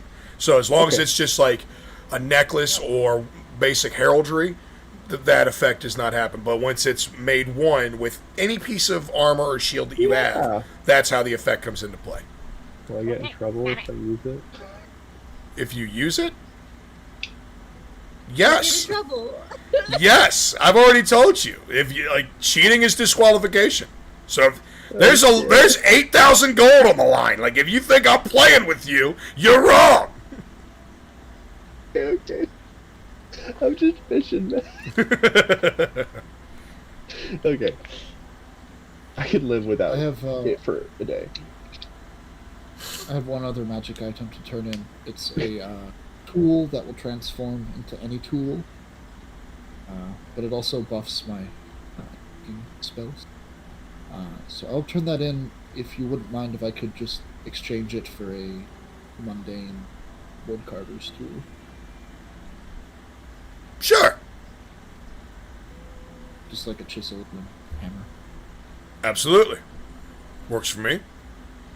Anything else? You, three of you have been very quiet and not so forthcoming. Well, I was just gonna slowly hand over my gauntlets. Gauntlets? If I'm allowed to use my bestial soul. What now? Is that just part of your body? It is, but it is technically magic. No, this is other magical items. If it's magical abilities or innate abilities, like something that's part of your class or biology, that is perfectly legal. It says the natural weapons of your form of the beast count as magical for the purpose of overcoming resistance and immunity. Yeah, that's completely fine. Okay. It's not like gauntlets of ogre strength or anything like that. It's an innate ability of yours. So, magical items, magical weapons have been turned over. Yes. Indeed. Nobody's attempting to sneak anything in. Yes. No. Are we sure? Do I need to roll an insight check on my own fucking players right now? I don't think I'm trying to sneak anything in. Just making sure. Turned over my gauntlets and I'm upset about it.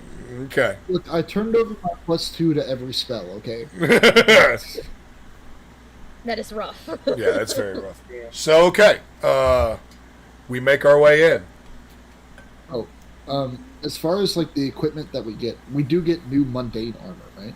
Yes, so your whatever armor or weapons you had, you just have a basic version of that. So it could be basic plate, and a long sword or a great axe or whatever it is. Since I'm not allowed to fly, can I request medium armor anyway? Yeah, 100%. It's Even it's though your choice. I had light armor. Yeah, it's your choice. Do I still get to fly? You didn't trade any. You didn't try to sneak in any sort of magical stuff. So your wings work as whatever agreement you've made. Ian was the one who was trying to haggle. Checking.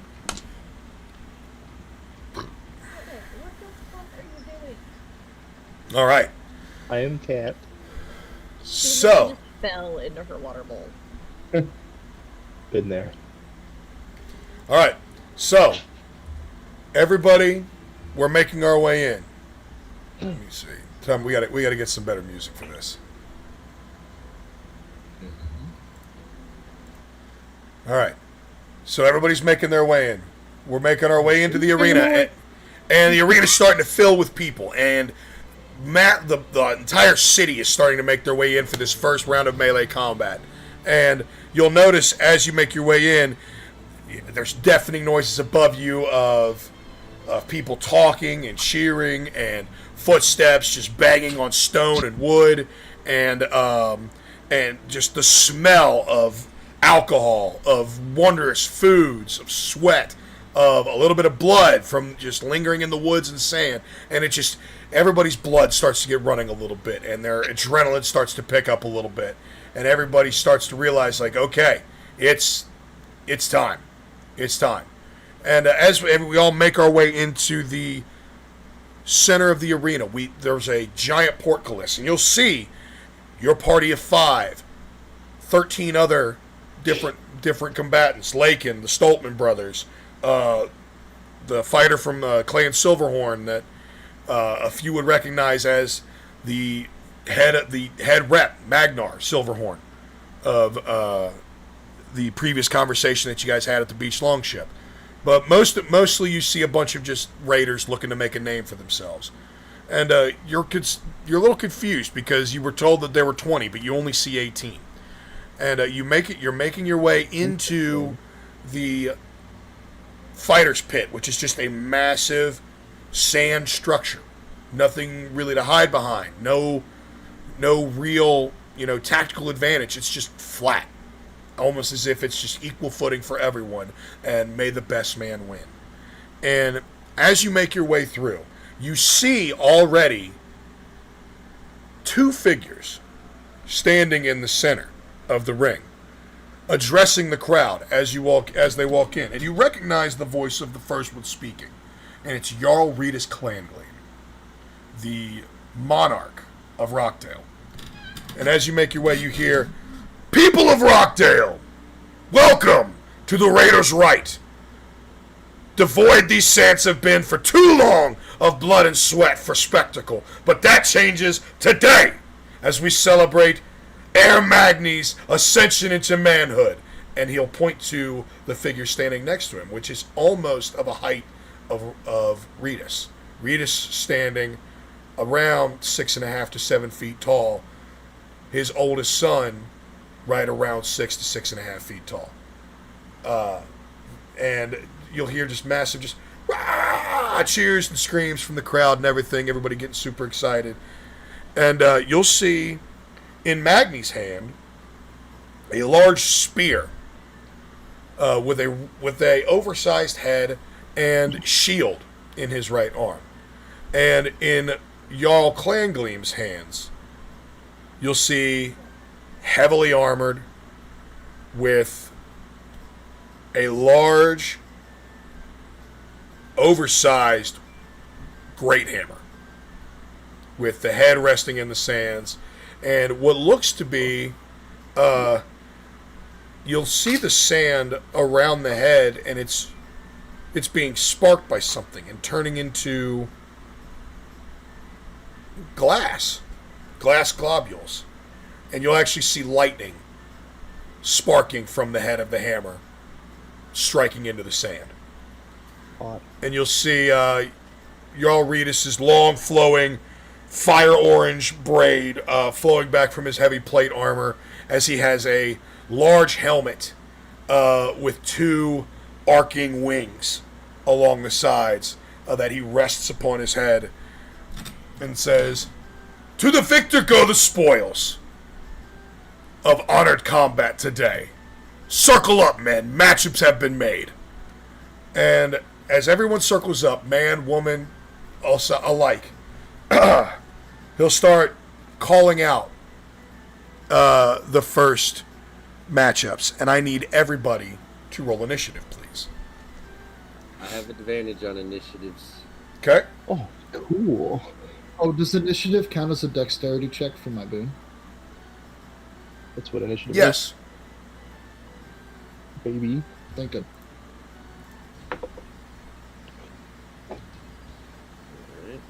That was my thank natural 20. goodness.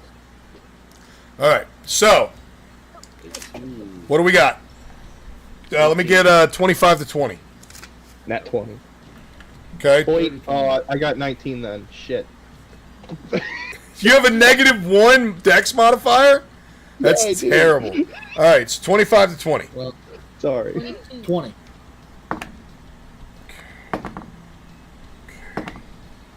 Okay. So we've got 22 for Carrot. Oh, that's embarrassing.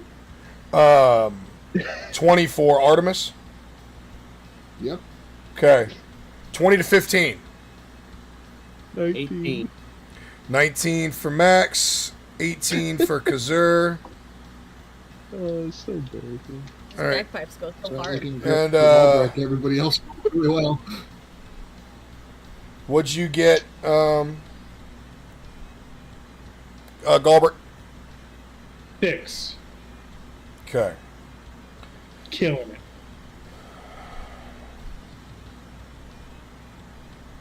Yeah. Straight up. Okay. it. All right. So first up is Carrot. Your first matchup is Galbrick. Oh, Let's go!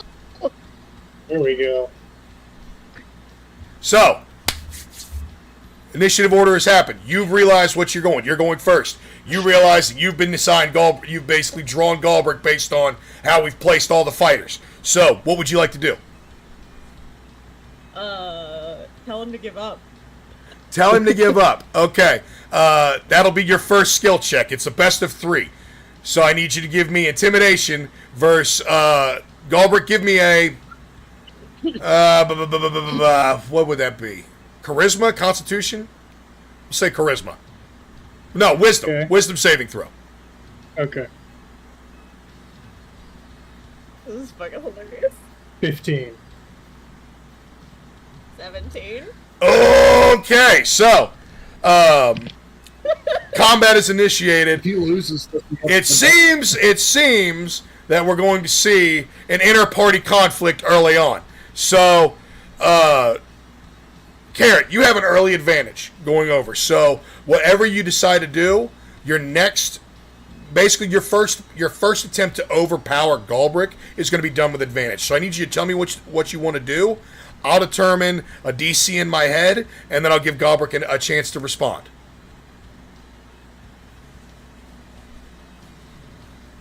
What do I want to do, though? I know.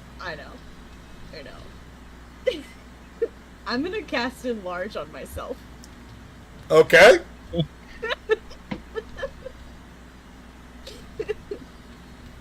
Nice. To make myself a normal-sized fairy. Okay. And be like, you couldn't possibly defeat me this size. Interesting. Okay, so she cast Enlarge. Galbrick, that doesn't really affect your person at all. What do you want to do now that you have an enlarged fairy that's going against you, apparently?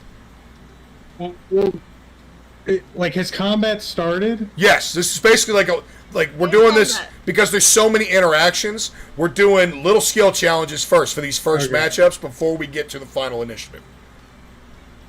Okay. So give me something. Tell me what you want to do. If you just want to go and swing at her.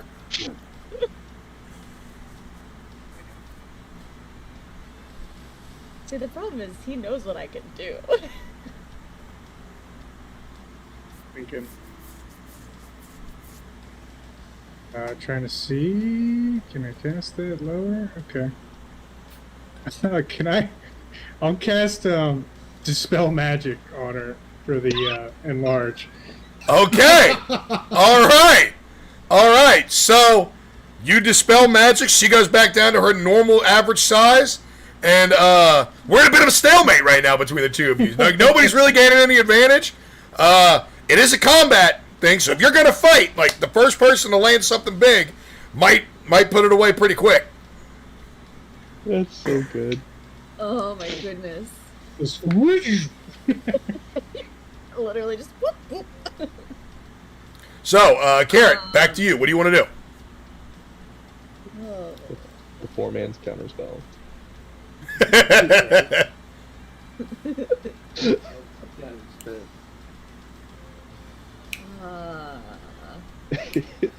Dad loved that mana drain.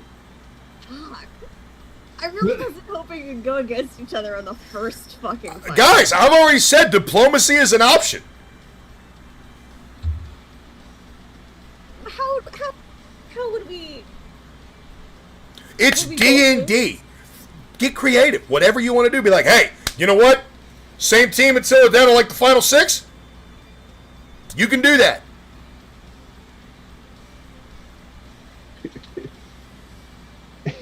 I mean...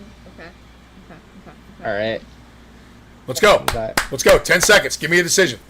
9, 8, Okay, I'm 7. gonna say basically that. Be like, hey, do you want to just call this until we're down to like top 5? Give me a persuasion check. Well, I mean, She's trying to does she fuck have with to you. persuade me? Are you? Well, give me that. Are you 100% down with that? Or Well, yeah. I mean, I was gonna put on my helmet and be like, yeah, I want a shot at one person here and one person only. all right. So until we're down to the final, whatever you said, final 5 or 6, you two are acting on the same initiative, and every encounter that you guys have will be 2-on-1.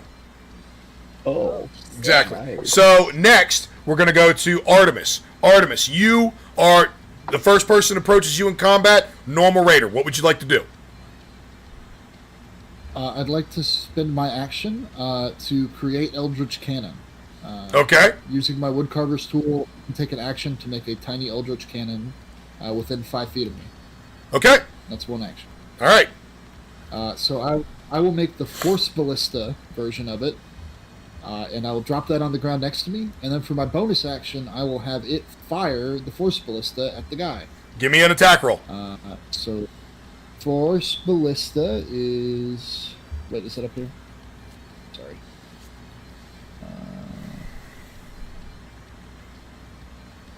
Ranged spell attack originating from the cannon. Okay. Gosh, what is... I'm so...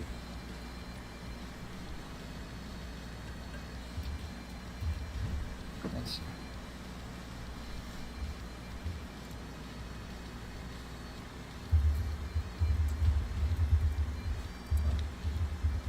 No, I'm left out. I don't know what song's playing. Yeah, I can't get mine to work either. Alright, You guys not have Spotify Premium? I do not. I do, but it kept disconnecting on me and the link doesn't work anymore. Yeah. Mine's been great the whole time. Yeah, Thank you. I resent it, so. Thank you. So a ranged spell attack would just be what? My dexterity times... or Yeah. It would, gosh, I'm sorry. I thought it would have a button here for it. This is make a Bagpipe ranged Enter spell attack. Sandman? I'm I'm fucking into this. Ship it up to Boston into Enter Sandman, baby. Oh, okay, yeah. I'm just gonna roll this. Yeah, there we go. I heard that and I was like, that's absolutely going on this playlist. 100%. Okay, I got a nat 20 on God. my ranged attack for 29 29? Yeah, so with a nat 20. with a nat 20, yeah. You, with a practice precision that only a master of your level could do, you have this Eldritch Cannon done in seconds. Boom, plant it into the ground, lights up, locks onto this raider, and just smacks him with a full force shot. A little bit more. Again, you're getting used to this combat thing because you're not used to fighting people. And you... Yeah, I built this for but he's getting real used to it. Yeah, and as close to this is as close to a fatal shot in non-fatal competition that you can get. You smack him directly in the entire nose down portion of his face. You hear a sickening crunch as his nose and orbital bones just shatter, and he collapses onto the ground completely unconscious. So that's one raider down. Next, we're going to go to... No, that's the thing. Natural 20, automatic win in these initial ones against somebody like a raider. It's cleave rule for that type of shit. So next, Maximus, congratulations, your first fight. You'll actually hear a crackling hammer as it hits two hands and goes, "Sorry, lad, your fight's with me," as Rita steps up into your face. Fuck you, Rita. So what would you like to do? I'll respond. I'll say I think it's me, the one who needs to apologize to you, and I'll smack my warhammer against my shields. Bonus action, my trembling aura, so 10 feet around me is difficult terrain. And just kind of do an intimidation check, I guess, with that combination. Okay. Intimidation. That's going to be interesting against Ritus. Go ahead and give me a intimidation roll.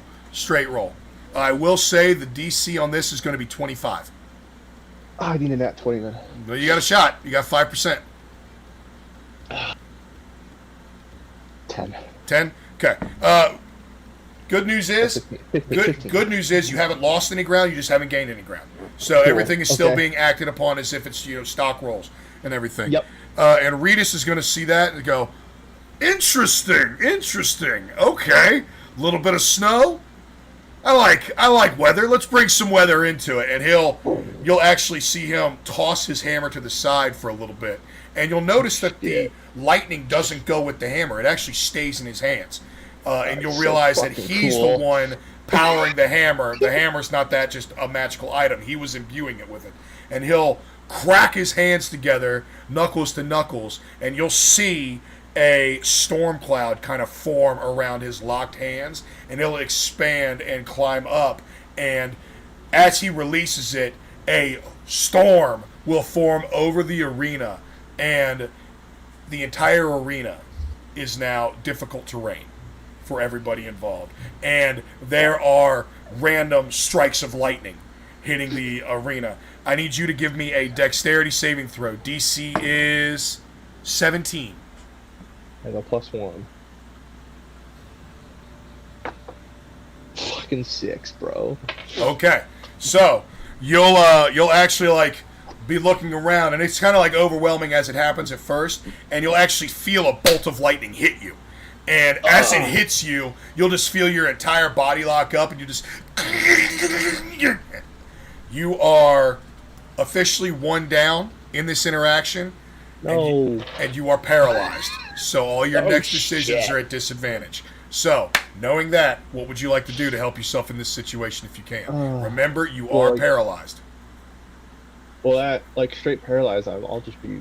Well, that's the thing. Are you trying to, get control of your body real quick? Yeah. Okay. Give me a Constitution saving throw. DC 15. Okay. 19. 19. Okay. You break free of the paralysis. You still have a bonus action and some sort of movement tactic if you want. Okay. You're too much with bonus action to hit. Actions, bonus actions, just see what I got here. I might as well.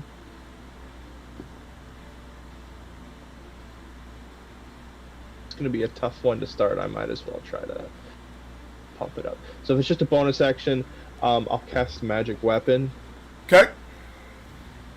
My book glows a little. Okay. Oh, no, it doesn't. I don't need material components. No, it doesn't. Okay. And from my hand, he blew up this storm with the lightning in that, and as I grip my warhammer,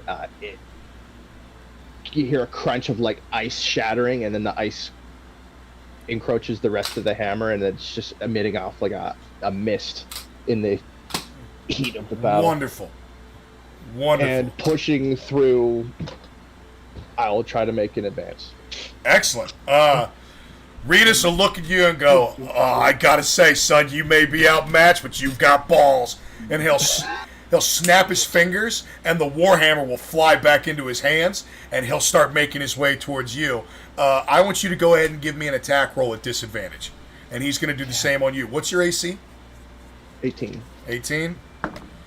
Okay. Disadvantage. Beautiful. Fucking nat 1. That one, he rolled a nat 1. Give it to me again. Swear to God, nat 1 and nat 1. Let's do it again. Oh boy. 14. 14? Okay, so the two of you almost in sync as these two just mammoth competitors are fighting against each other. You both swing at the same time, and like poetry in motion, the warhammers collide against each other. And unfortunately, Max, you feel his just push a little further than yours. And he got the full emphasis of the swing. You weren't able to get past that full critical velocity. And he smacks your hammer back, knocks it. You feel both of your arms go numb. You're down 2-0 right now. This last interaction is make or break for you, or it's an early exit in this tournament very quickly. What would you like to do?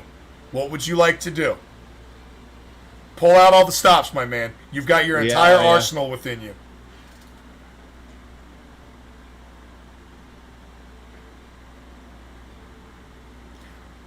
I'll do what I would do in a regular fight. I will channel divinity, my bonus action, and it's like the quasi rage that I built up. So Okay. Just bulging muscles. I don't gain a size, but it's like I'm swelling with my presence, and I have an advantage on all strength checks and throws and whatnot. And Excellent. What have you. I'll say that channel divinity will actually neutralize that blow that you just took. So you're now just back down to 1. Your arms get there. You get feeling back in your hands. Everything feels back good to normal. Your hammer is taking a little bit of damage here. So you are starting to lose this war of attrition. So you need to make something happen fast. Okay.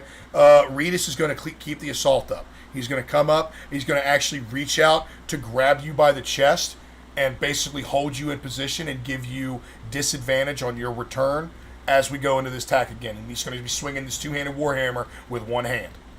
Okay? So, give me another roll-off again. Do it at disadvantage, please. Oh, shit. Lost my dice. Fucking 10. That was my good dice, too. Lucky for you.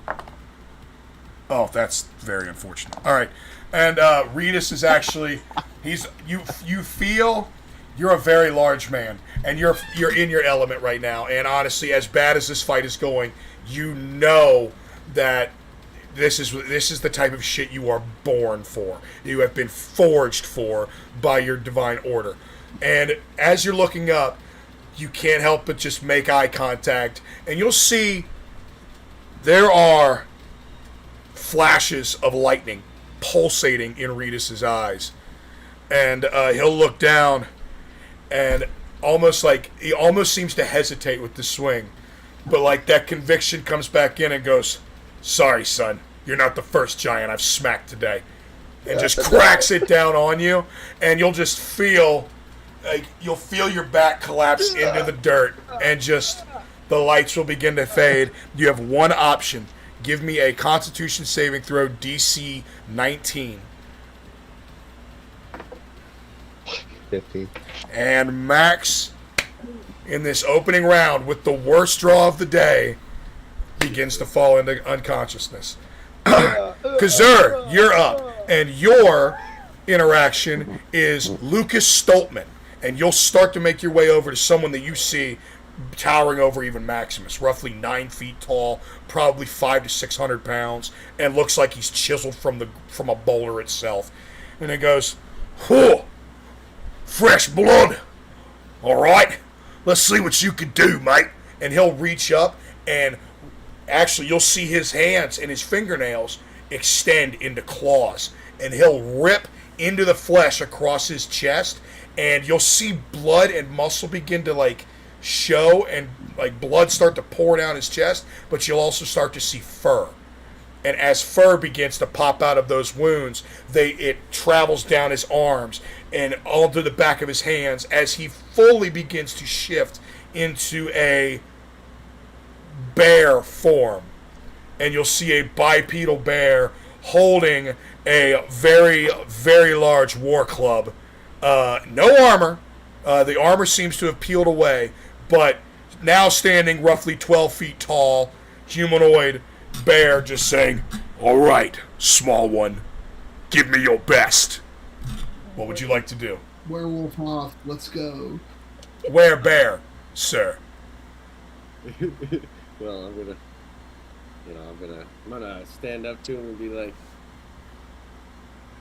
two can play that game, and I'm gonna let out a crazy roar, just as loud as I can, and I am going to use my bonus action to enter my rage and transform through the form of the beast into Oh shit! All right. a giant bear, and that is my bonus action. So I have entered rage, so I have advantage on strength checks and saving throws, +2 melee damage with my weapons, and resistance to bludgeoning, piercing, and slashing damage. Perfect. Okay. He is gonna have this huge, toothy, predatory smile on his face, and he's going to just rush up and engage you. Go ahead and give me a strength check with advantage. Strength check with advantage. Ooh, baby. That is a 22 for Lucas. What is yours? 26. Oh, shit. Is that nat 20? Go. 19 + 7. Damn. Okay. So the two of you lock up, and you'll notice the first thing you feel is in your bestial form, he's still much bigger than you, but Yep. it's not near as as big a disadvantage as he thought it was going to be. He thought he was going to be towering, 4 to 5 feet over top of you. Now it's only about 2.5, and you're much stronger than he anticipated. So you'll actually engage, and as you engage, you'll swipe up with a powerful uppercut and crack him on the bottom of the chin and send his head back and just kind of knock him on a daze. That was a great hit, definitely a big jump by how much you beat him by. You're now up 1, and it's your go. What would you like to do? All right, since I've already entered rage, I don't need to use that as a bonus action. So I'm going to, now that I'm in the form of the beast, how far away would you say we are after he's been knocked back? You're still in melee. You basically knocked him on his back foot. You didn't push him out of your range. For sure.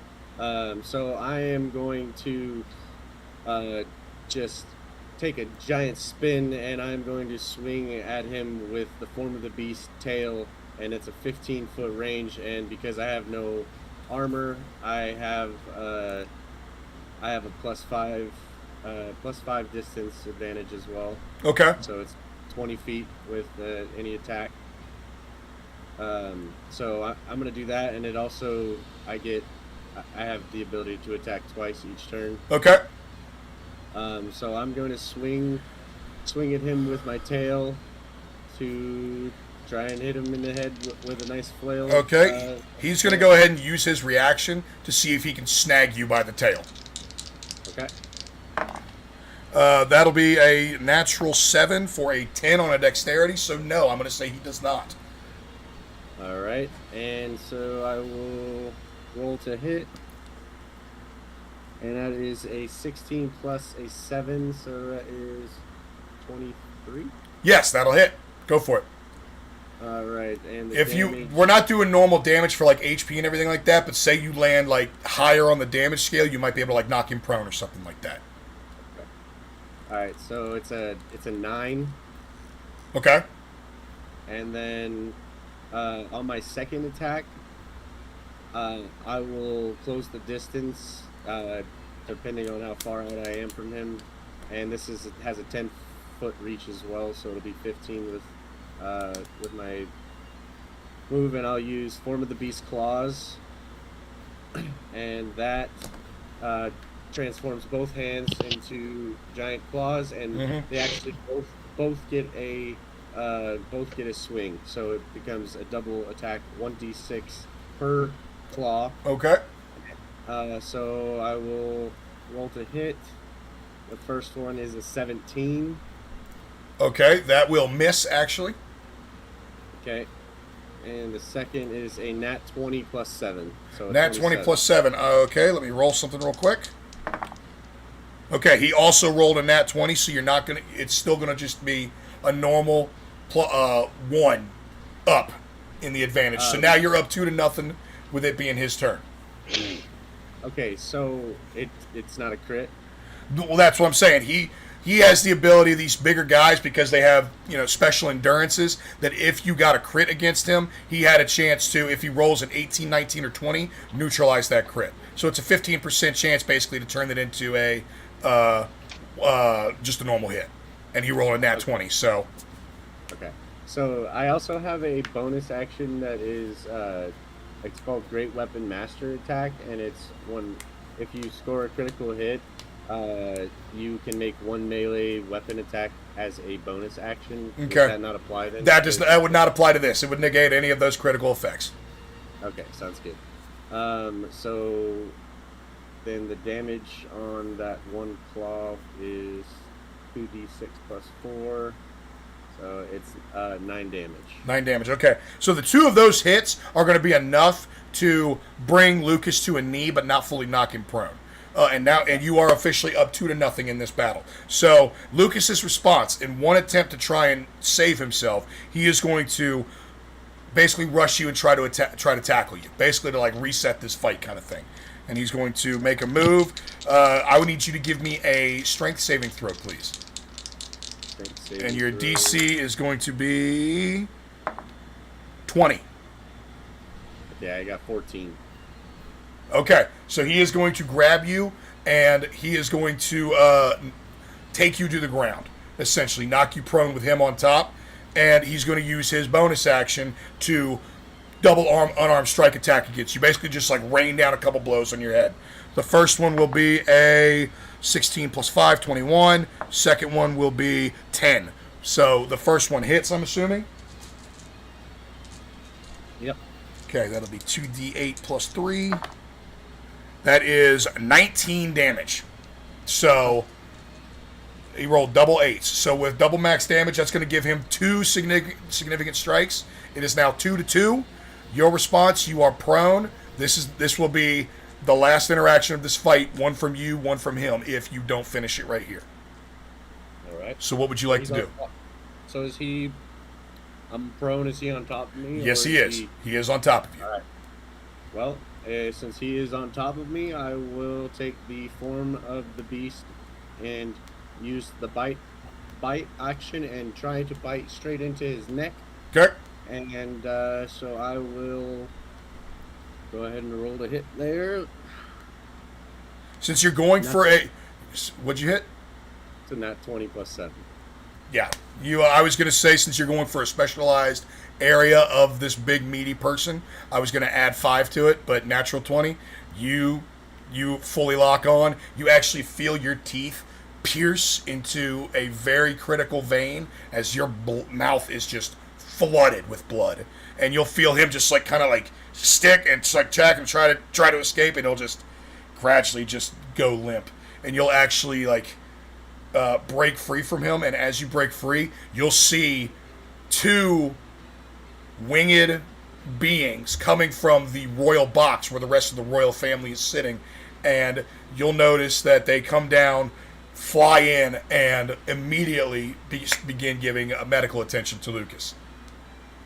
Moving on now, we will go to Ritus, Ritus is going to move on from an unconscious paladin and select a second one.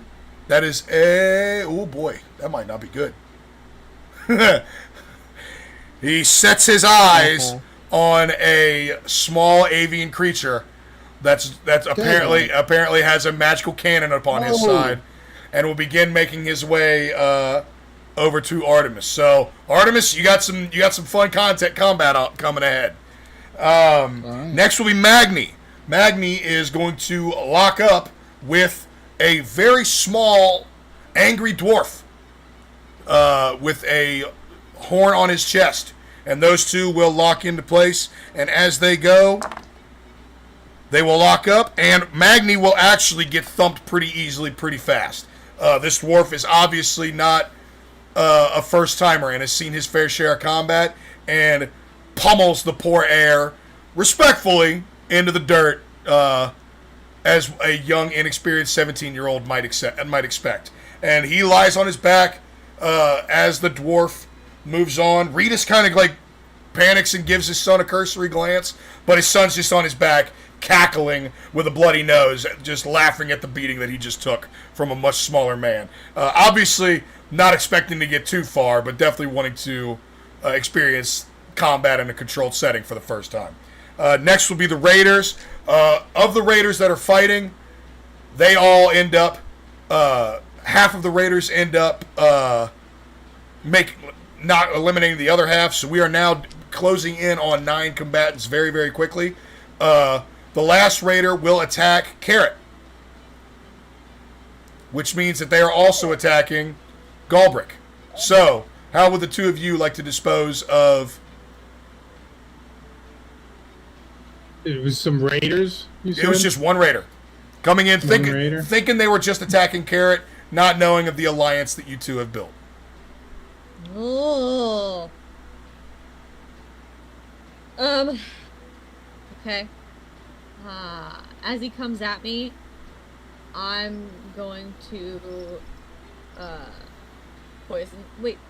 Yeah, I'm gonna poison spray him. Okay, what components are those? Constitution. No, what components? Not what does it attack. What do you have to use? What was the spell? Verbal, semantic, and... I just extend my hand. That's all I do. Okay, perfect. So there's no material components or anything like that? There's no material component. It's verbal and somatic. Okay, perfect. So yeah, you go ahead and tell me what I need to do. I extend my hand toward a creature you can see within range and project a puff of noxious gas from your palm. The creature must succeed on a Constitution saving throw or take 1d12 poison damage. Not the deadly fart spell. Basically, yeah. Does an 11 pass?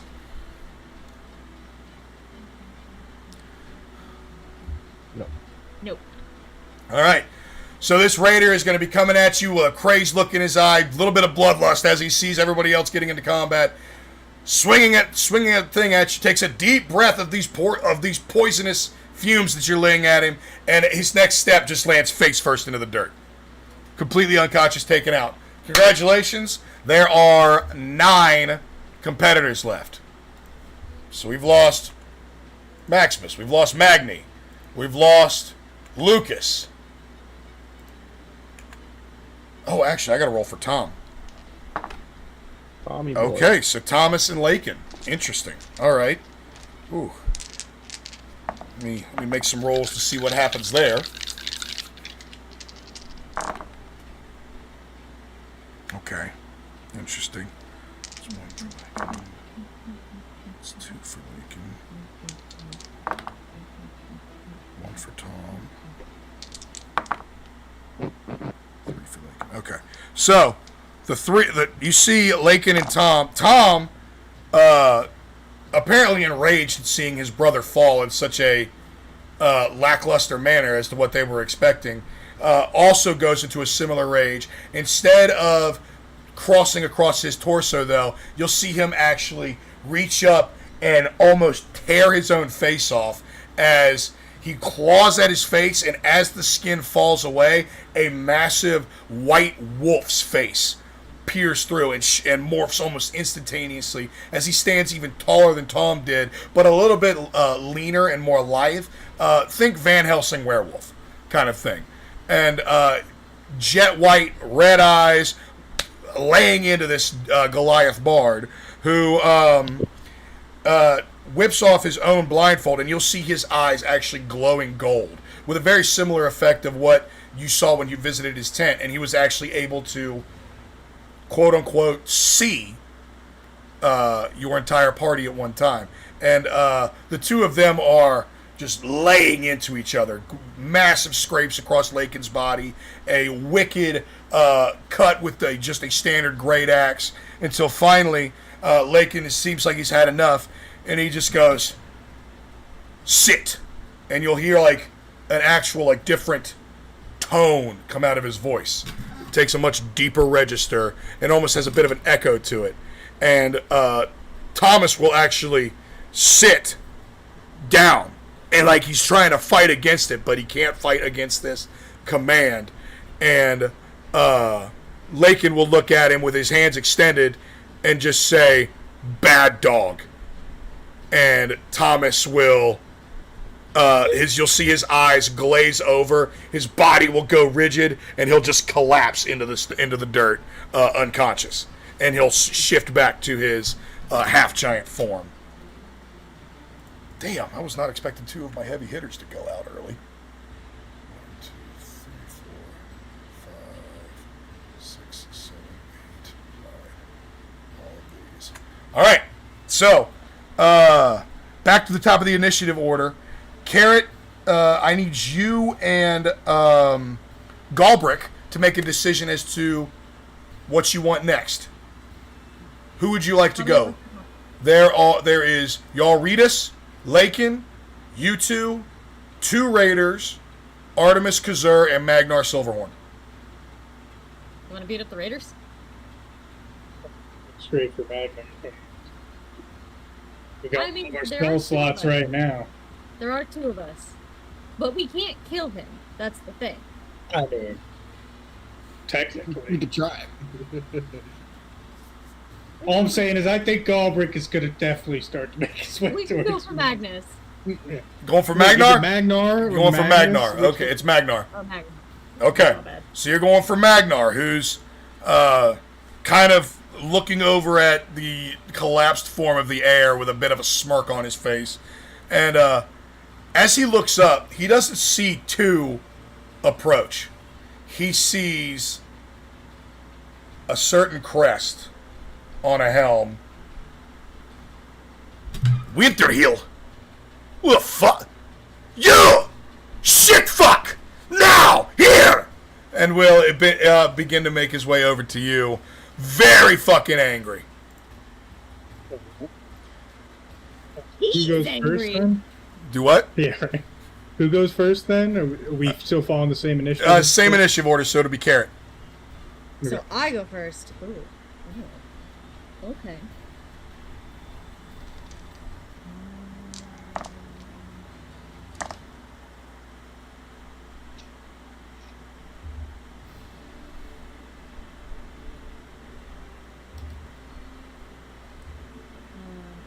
When the lightning hit, is there any open flame from like all the impacts?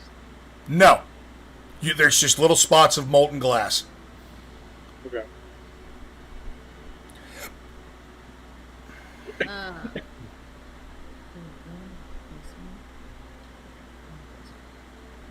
Okay, so I'm going to, as he's walking, because I'm presuming he's walking kind of past me to get to Galbrick. As he's walking past me, I'm going to cast Arms of Hadar, which is also just verbal and somatic. Okay. And I invoke the power of Hadar, the Dark Hunger. Tendrils of dark energy erupt from me and batter all creatures within 10 feet of me. All creatures? All creatures. Okay. Is there any sort of saving throw with that? Each creature in that area must make a strength saving throw. On a failed save, target takes 2d6 necrotic. Okay. And can't take reactions until its next Okay, Magnar, what's the DC? 13. Okay, Magnar passes, one Raider does not. Redis What was the passes. save? Strength. Redis passes, one Raider does not. Galbrick, give me a strength saving throw, please. 18. 18. Okay, so the big three don't fall to it, but both Raiders, you'll actually just see them. The first strike, they just crumble into the dirt. So both Raiders are gone now too. Okay, so on a successful save, creature takes half damage but suffers no other effect. Okay. I'll say they're all hardy enough that will be. You'll technically have one victory, like basically one advantage over all three, but they're hardy enough that if they're play it smart, they can get that back. But as of right now, you're one up around those three. Okay. Go ahead now, Galbrick. Your turn. Need to know if I can do this. Because I love a move that starts with that. I want to cast heat metal, right? Yeah. But it has a material component. The material components are iron and flame. Thinking one of the lightning impact spots has got a lot of embers in it. If I slam my hammer down into it, which I'm assuming is iron, was that both iron and flame to cast heat metal on my boy Magnus? Agnar. That's so smart. I love that. Because I would think that if it's embers and you hit it hard enough, the flame's gonna, jet out. Okay. Tell you what. Here's what I'll say. I will give you an Arcana check to basically it's going to be a hammer strike. So since you're using your hammer to make this check, which is weird in the way I'm saying it, I'll let you add your proficiency to it, unless Arcana already lets you do that. And if you hit a DC, what's your modifier? For a Arcana, yeah, because I just kind of see I want to see how good you are. Just a plus two. Just a +2 with your proficiency. Yeah, I mean he's cleric. He doesn't have a ton of Got it. knowledge. Okay. Tell you what. Give me a roll, and we'll see how it works. Let's see how it goes. Okay. That is a 17. 17 is what I had in mind. So, go ahead. We will say generously, yes, this will meet the material requirements for what you want to do. And for all of you at home that are saying that I'm full of shit, you're fucking right. Fuck you anyway. I do what I want. So I want to choose his weapon. So he'll take... You mean your daddy's weapon? Is that what he's carrying? He's got 2 hand axes, but he's got a big hammer on his back. That's right. Is he carrying the 2 hand axes right now? Yes. Okay. I'll target... fuck it. I'll target his armor. Okay. Because the thing was, personal heraldry, he's not allowed to use it, but he did bring it into battle. Oh, yeah, I'll target his armor. He will take... Any creature in physical contact with the object will take 4d8 fire damage till the spell ends. So with concentration, it's up to a minute. 4d8? He's wearing the armor. Well, I cast it at 4th level. So yeah. Okay. Use a bonus action to do damage with it. Yeah. Let me. And I believe if the creature is holding or wearing, the creature must succeed on a Constitution saving throw or drop it if it can. If it doesn't drop the object, it has disadvantage on attack rolls and ability checks until the start of my turn. All right. So this will be an advantage for you right now. Okay. So go ahead and roll your damage. See how bad it is. Okay. If it's high enough, it may give. That's 2 8s. Okay. Woo. 6. 1. So 16 plus 7. 23. Okay. 23 is enough to give you 2 advantages over Magnar. Okay? So, Magnar, let me roll that Constitution save. That's a natural 20 for Magnar and a Constitution. I'm going to go ahead and say as his reaction, or actually in response to what you did, he is going to use his action to, you'll actually hear him just start to go, fuck, shit, fuck, fuck. And he'll just, like, he's kind of slapping at his skin until finally he'll just scoop up some of the dirt, rub it together in his hands, and as he scatters it across his forearms, you'll actually see his skin take on a stony appearance and exterior, and it will essentially, he's basically going to turn into a stone dwarf and negate the heat effect on his skin. So now he's immune to that effect for the rest of the combat, and it will negate one of those 2 advantages. So it's back to 1-0 right now. But you can tell if that's one of his heavy hitter moves. So you brought that card out early. Back to you. Or no, actually back to Carrot. What would you like to do? Back to Carrot.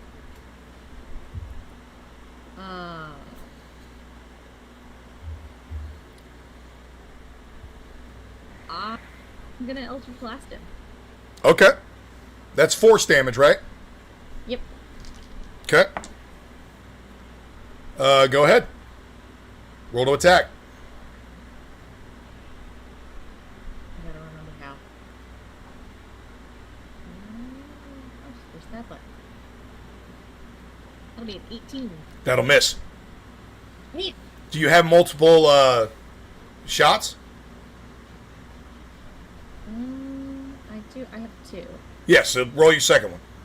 Eldritch Blast just means there's different beams. And as you level 24, that one will hit.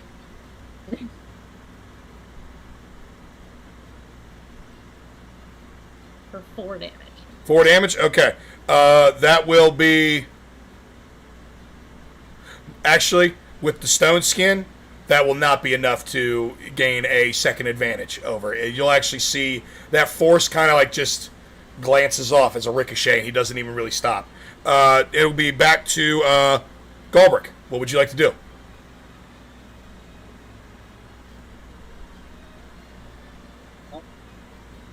God damn it. Well, I was thinking I have stone shape, so that would have been clutch, but it has a soft clay material component, and I don't think there's any clay in here. Clay-like? You mean like molten sand? Would that work? If you want to get creative, sure. You got to ask, that's man. That's what I want to do. You got to ask. If that's what you want to do, I'll let you try it. I might make it a little bit harder roll, but I'll let you try it. Give it a shot. Fuck it. All right, we'll risk it. I'm gonna scoop up some of the sand, and maybe I'll grab my water flask and try and make it a little more mud-like. Okay. And cast stone shape, and just try to fucking crumple him essentially, like voodoo doll. Just fucking. Okay, so what's the normal? Is there normal like a DC associated with that or something like that? I don't think it's technically used for combat, but I think it says you can. Well, here's what I'm saying. Touch a stone object of medium size or smaller. So maybe I'll just target his arm.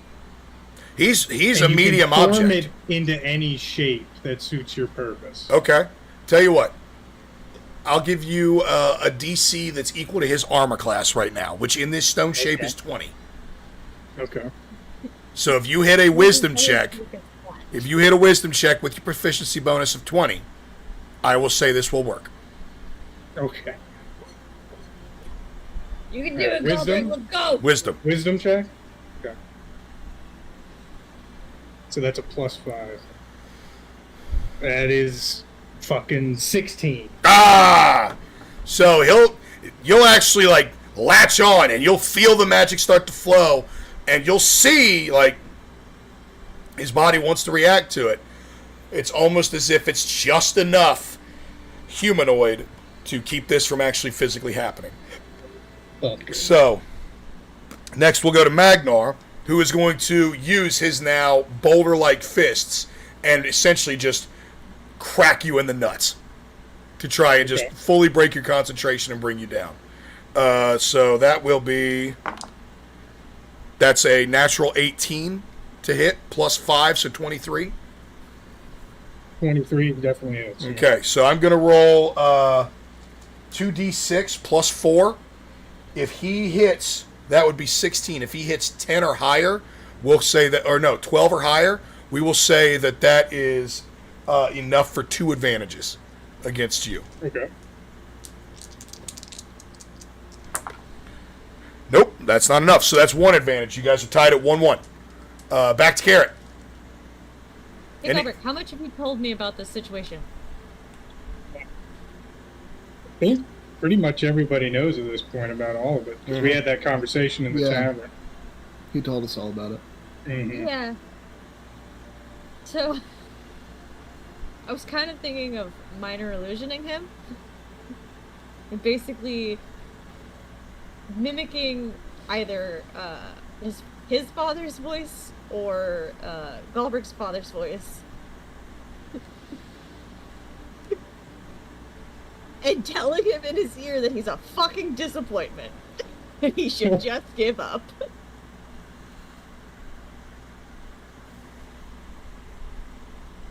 Persuasion? Okay. Here's the thing. Persuasion. You've not heard either of those voices. It's true. So Be disadvantage. an approximation. All I just feel like all the Galbraith is disadvantage. just a deeper.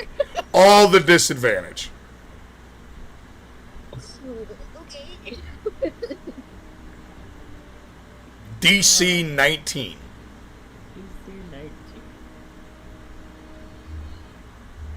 Any modifiers? Persuasion. No, deception. Deception. Deception. That works out for me. Assuming I roll decently the next time I roll.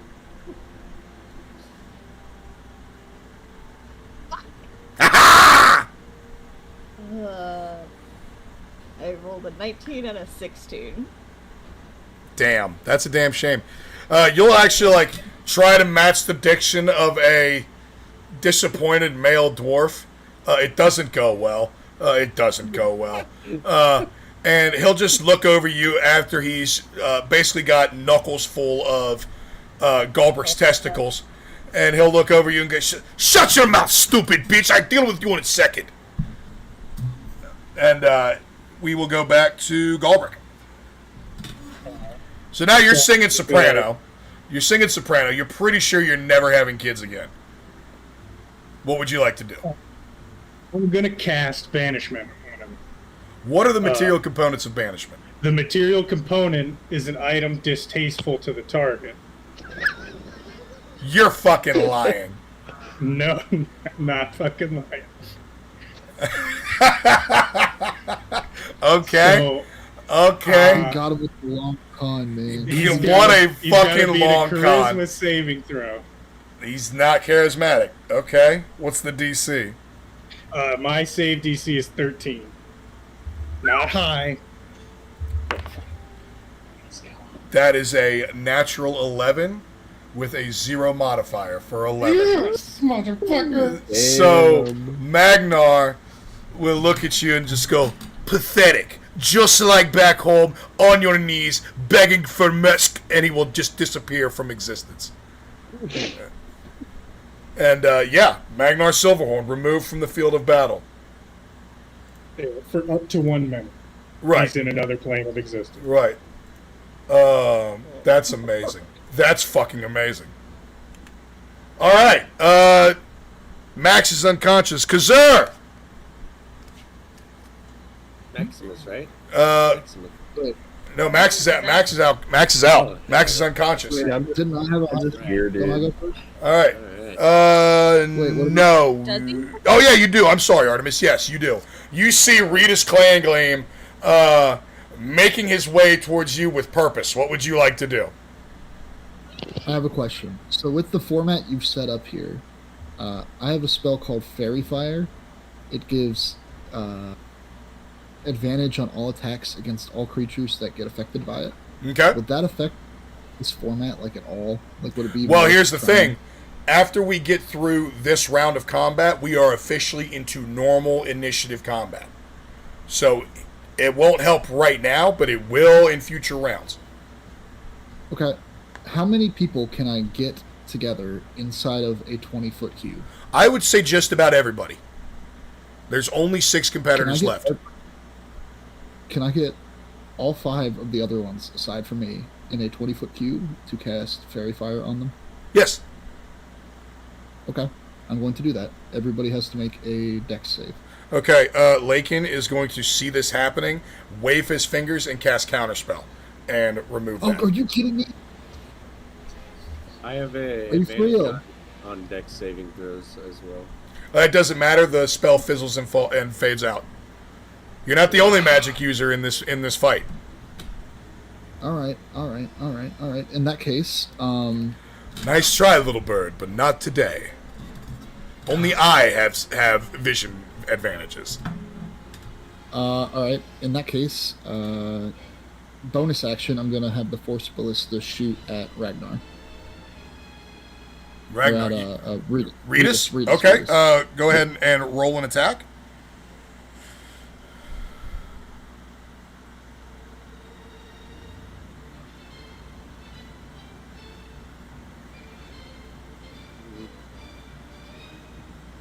Are you kidding me? A nat 1 for 10. He's going to see this bolt coming at him, and he's going to smack it away with his hammer. Okay. Come on, little bird! You can do better than that! Artemis is going to start swearing to himself quickly and frantically in Sylvan, his native tongue, and start scurrying away as fast as he can away from Rita's. Just wop, wop, wop, wop, wop, wop, wop. Just running away. All right. Cool. So Ritas was not yet engaged with you, so we will get to him here in a second. Kazur, you're up. Give me a roll me a d6. A D6? Yep. 5. 5. Yeah, that is Artemis. So you have a couple interactions here. You've kind of established a rapport with Artemis. You've looked around the battlefield and seen Galbrick and Carrot kind of operating as a unit right now. So what would you like to do? Would you like to engage Artemis? Would you like to parlay with Artemis? What would you like to do? I'd like to parlay with Artemis. No. Well, did I see him turn into this beast form? Yes. Or am I just terrified? Yes. Okay. Look, I don't know if you can still hear me, but that big guy over there with the hammer, that's the scariest guy here. And, I think we're better if we work together against him, huh?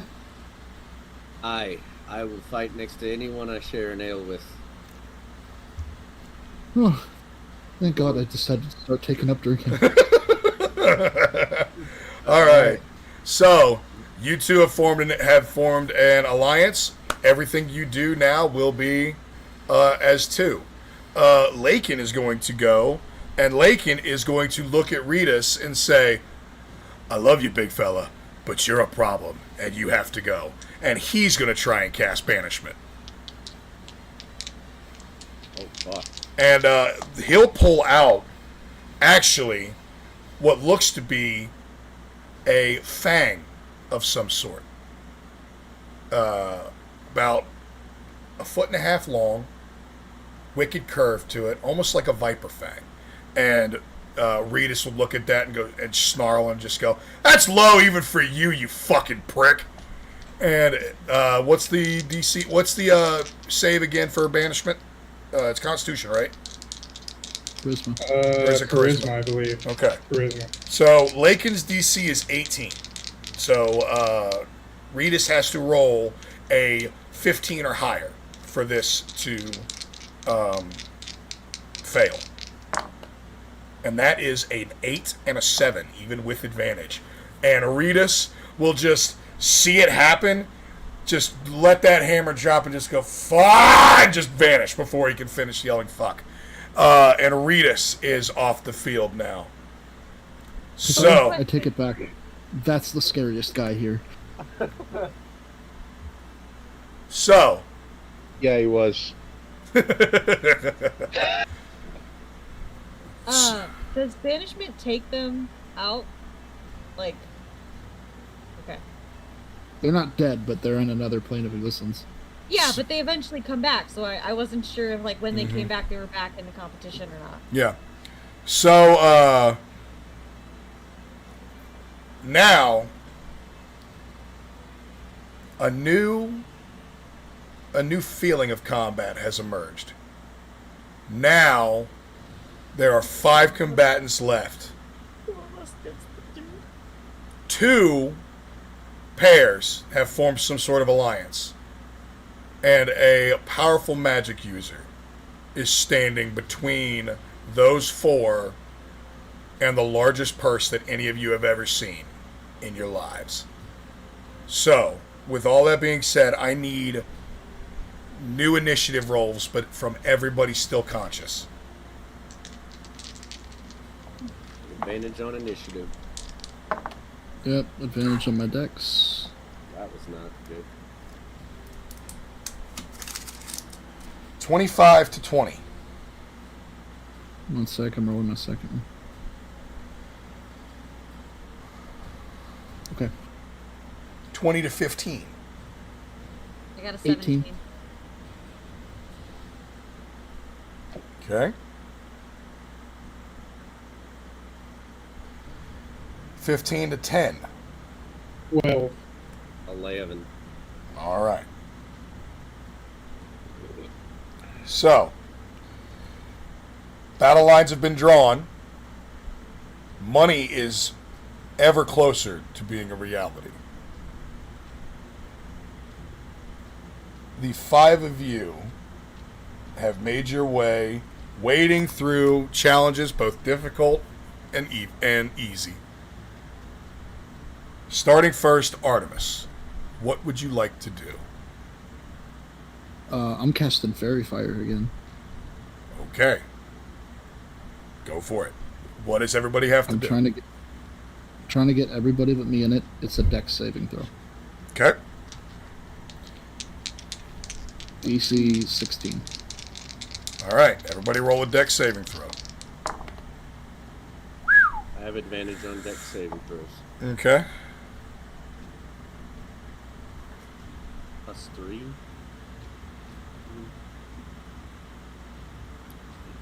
That's a 22. Galbert,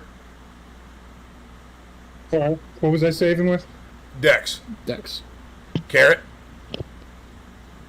24. 17. Tag on it. all right.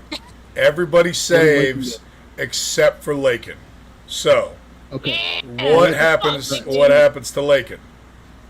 So he begins glowing. And then every attack against him gets advantage. Okay. Every attack, As not long just as- from you?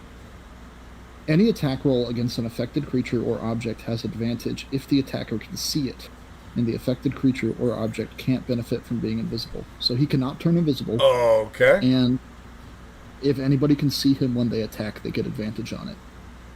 All right. You can turn invisible. You And just with don't that- benefit from it. And with Okay. that in mind, for my bonus action, I'm going to shoot the Force Ballista at him Okay. Go ahead and roll. with advantage because it's an attack roll.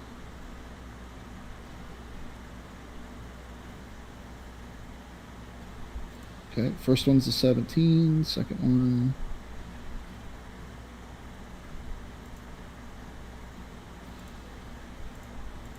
Second one's a dirty 20. Okay. The first one will not hit. The second one will. Well, it's a one hit. I just rolled it with advantage. Oh, okay. So what's the damage on that? Let's see. Force Ballista is 2d8. Force 2d8. damage, and he gets pushed 5 feet away from me. Okay. Or 5 feet away from the direction of the blast, which is away from me. Gotcha.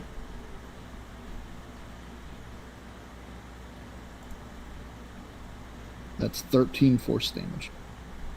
Ooh, okay. Damn. All right. So, that's not a bad hit. Yeah. So Lakin will absolutely take that shot, get pushed back, knock down a ceiling, go, damn, little man. All right. If that's the game we playing, I'm sorry for what you're about to bring out of me. How far away am I from him right now? You just knocked him back 5 feet, so about 20 feet. I'm going to step back to about, you said 20 feet? I'm going to go back to 50 feet, the full of my movement away from him. Sounds good. All right. Next, it will be Lakon's turn, and Lakon is reeling from just getting popped in the in the chest, and goes, "All right, we got a little bit of everybody in here. I'm going to try and be nice, but at the same time, money's money, baby. How about y'all just embrace the way I live for a little bit? And he's going to, at 5th level, cast blindness on everyone. And I need everybody to make a Constitution saving throw. DC 18. DC 18. DC 18. That's a 5. It's a nat 20. That's a 17.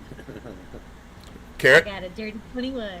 All right. So, Galbrick and Kazur, you are blinded for the next minute.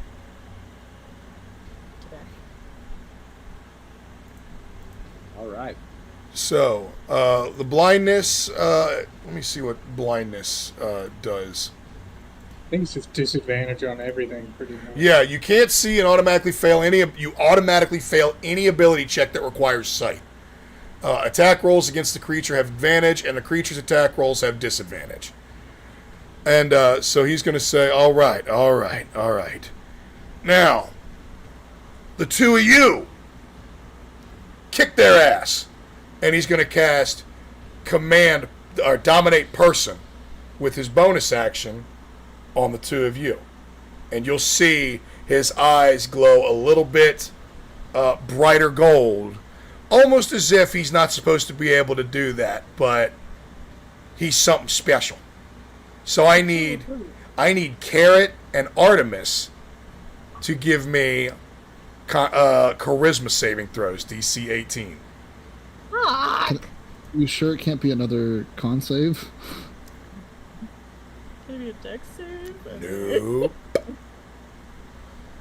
What was the DC? 18. I made 18. How? You little shit. A raw 18. Okay. 19. What, you don't you think Artemis is fucking charismatic? shitheads. You fucking shitheads. I hate you both. +3 for my saving throw. So. Fuck you. All right. So he's going to feel that fizzle and go, oh, well, this is a little awkward. All right, then. And Carrot, it's your turn. I'm gonna Eldritch Blast him. Okay. You have advantage, so go for it. On both bolts, you have advantage. Does a 16 hit? No.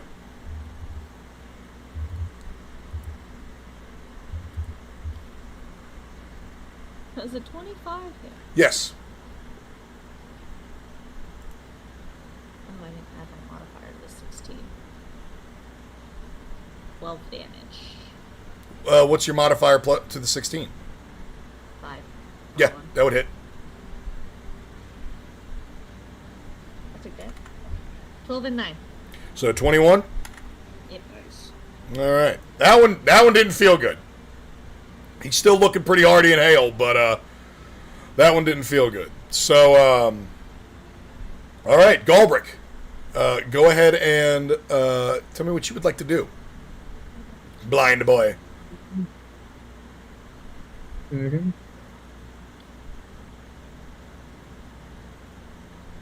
My cheap dice are treating me well.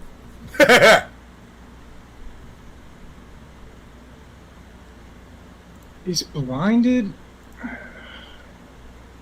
Is blindness technically a curse? No. Magical effect? Yep.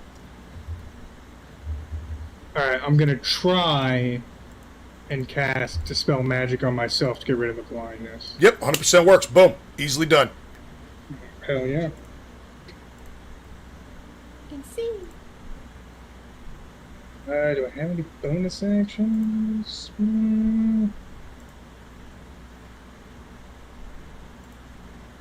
Nope. I'm gonna actually, yeah, I do have one. I'll cast Magic Weapon on my item and give it a +1 bonus to attack rolls and damage rolls. Okay. Perfect. Is that it? Any movement, anything like that? How far away is Lakin? I'm saying that you four are pretty much next to each other, so he's about 20 feet away from you guys. I'll close distance with him. Go. I'll get within melee. Perfect. Next would be Kazur. Another blind boy. Yeah. I do have a racial trait called Danger Sense, so I do have advantage on dex saving throws while blinded, deafened, or incapacitated. You do? I do. Danger Sense, I always thought it was advantage on stuff that you can see.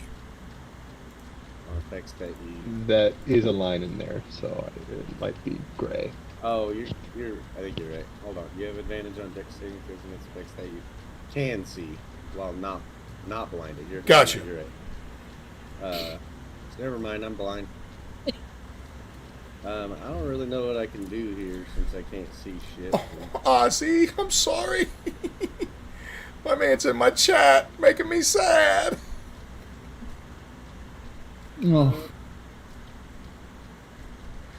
All right, so, yeah, what would you like to do, bud? You're at a big disadvantage here.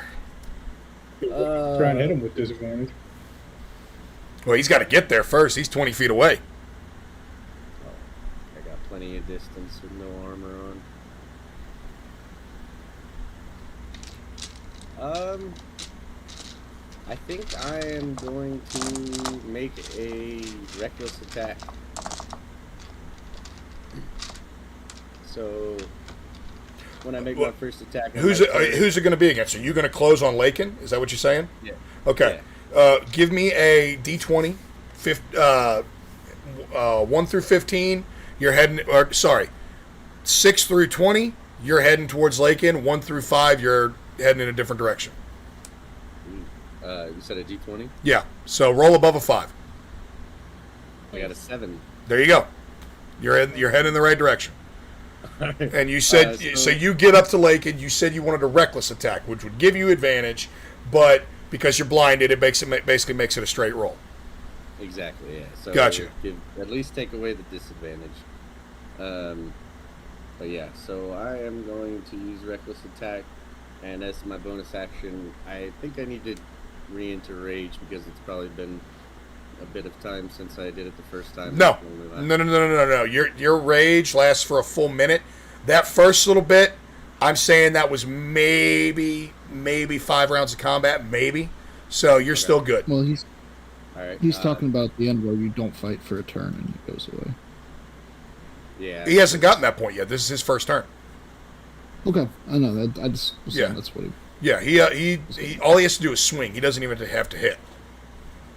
So yeah, I'm not gonna completely. You said I'm about 20 feet, right? Well, if you're going to close in within striking distance, you've got to get within at least 10. I want to say for your stuff, right? No, my tail has 15-foot reach, but then because I don't have any armor, one of my features, or I think it might be a trait. I don't know It's a bugbear thing. which one it is, but it's called it's called fast, or what is it? Where is it? Long Long limbs. limbs, right? So when I make a melee attack, your reach is 5 feet greater than normal. No shit. Okay.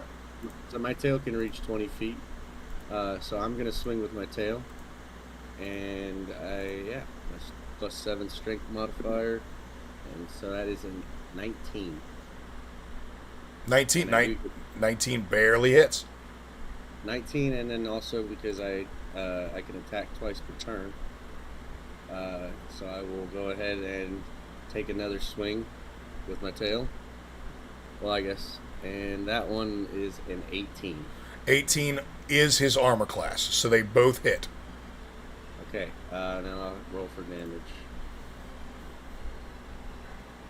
Got 7 on the first one, and 12 on the second one. Okay, so 19. Yes. All right, my boy's hurt. My boy's hurt. He's not looking horrible yet, but he's hurt. All right, that'll take us back to the top with Artemis. Okay. I'm going to cast Level 2. All right. What is he wearing right now? Leathers, traveling gear, nothing crazy armor wise. You feel like most of his boons come from like innate abilities. Anything metal? No. In that case, level 2 Scorching Ray. Okay. Which means I'm going to fire 3 beams at him. He's going to go ahead and use his reaction to counterspell that. You're whack, dude. Whack. I'm going to fire... He can't do much more, so... I'm going to fire the cannon at him again. Okay. With advantage. I'm glad it's with advantage, because that first one was a nat 1. No, it was no 7. I can't. Dice is stupid. I can't.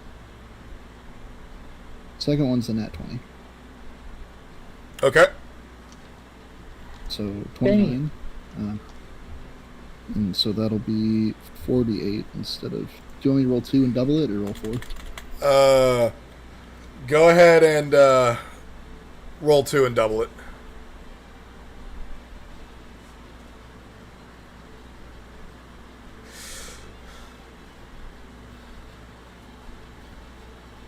Uh, 14 damage. Okay. All right. My boy's hurt. My boy's hurt. He'll get pushed back another 5 feet, which should take him out of the melee range for Galbrick, and he has to willingly leave to trigger an opportunity attack. Dang on it. Okay. I like where your head's at, but unfortunately that's not how it works. Yeah. He'll still get pushed back though. All right. Okay. So he's taking a hell of a beating, and he's seeing that a lot of things are happening. Go, okay, all right, I need to get rid of your little feathered ass, and he's going to sprint at you, and for his action while he's running at you, he is going to leave Galbrick and Kazur's melee range, so you guys will get an attack of opportunity on him as he's doing this. He's going to run up to how far is he from how far is he from me when he attacks him? He will be... I mean, it happens as he's leaving your melee range, so whatever your range is for your attack, that's where the attack happens. It just doesn't stop his movement. I was just curious because I had a reaction that I could possibly defend in terms of if he's in that range. I just wasn't sure. He will be, by the time he passes you and gets to Artemis, he'll be 30 feet away. Okay, so no, he won't be in range. Okay. So, one thing. I have Sentinel. So, could I keep him here? Yeah, with you my could. attack of You opportunity? absolutely could. Okay. I gotta hit him, though. Yes. For that to work. Yes. So, I'll just hit him with my hammer and try and keep him here. But you do have advantage. Yeah. Opportunity attack. Second. There we go. Because there's Dirty 20. With Dirty 20 will hit. Right. So do your damage. Where is... Melee attack. And yours will be with disadvantage because you're blind. True. That'll be... Roll twice, right? And then Yeah, roll twice, take a lower. 7 damage. 7? Fuck. Okay, the first one is a nat 20 plus 7. That's fucking crazy. The second one is a 14. So the second opportunity attack will miss. The first one from Galbrick will hit, and he will stay movement, and he'll feel his leg stop and go, fuck! Fine. Oh, I really wish you'd have just let me get rid of that one. But okay. He will drop concentration on banishment, and he will look at Artemis and say, I've had enough. Earthworm. And he will polymorph Artemis. Do I get any save for you? Yes, I'm looking it up. I need a wisdom 18 saving throw. Jesus. You get turned into a worm. It's really ironic. Wisdom saving throw, huh? The owl beats the worm. How the turntables have turned.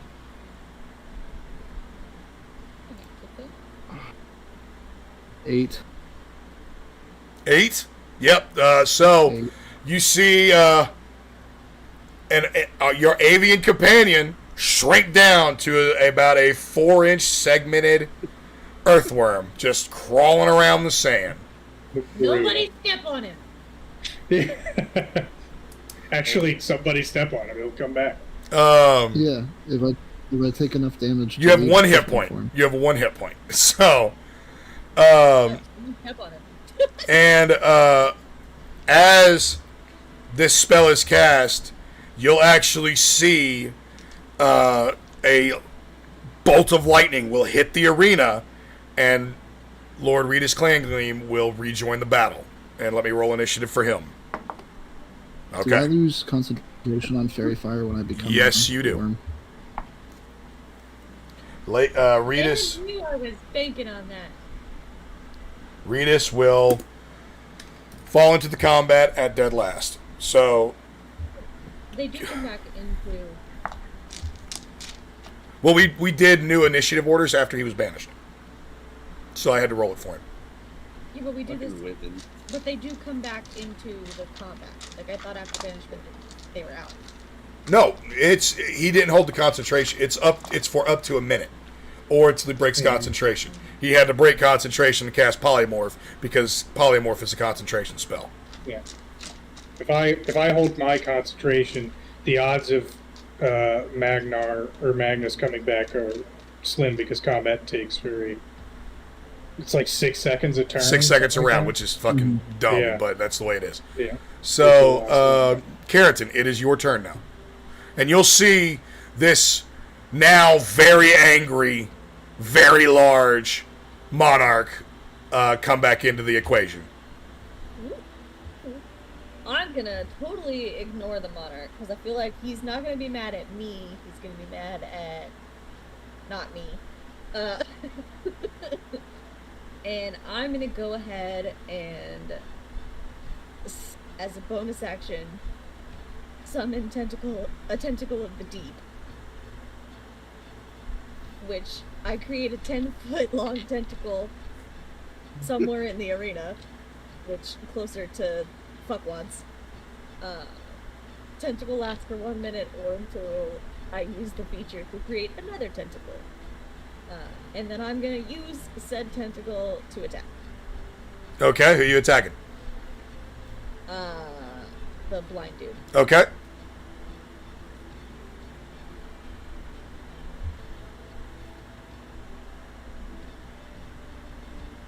My brain do math. 22. 22, that will hit. Thank you. He's gonna have to make a constitution check. Let's go.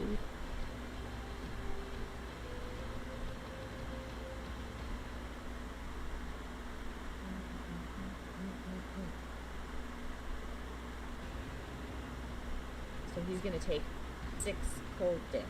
And his 6? speed is reduced by 10 feet. That is a 13 on the concentration, so the polymorph stays. 6 damage. And what was that secondary effect? His speed's reduced by 10 feet. Oh, Until the okay. start of my next turn. Perfect. All right. Next will be Galbrick. I'm gonna hit Lakon with a necromantic bolt. Okay. Let me roll. Well, I gotta roll to hit because it's a ranged. That is natural 19, so 23. That'll hit. 4d8. Woo! Woo! That sounds 9, like more than 10. Let's go. 13. All right, no, 15, and then 5, so 20. 20 damage. Never mind, it's still- Yo, 20 damage. Okay. Wow.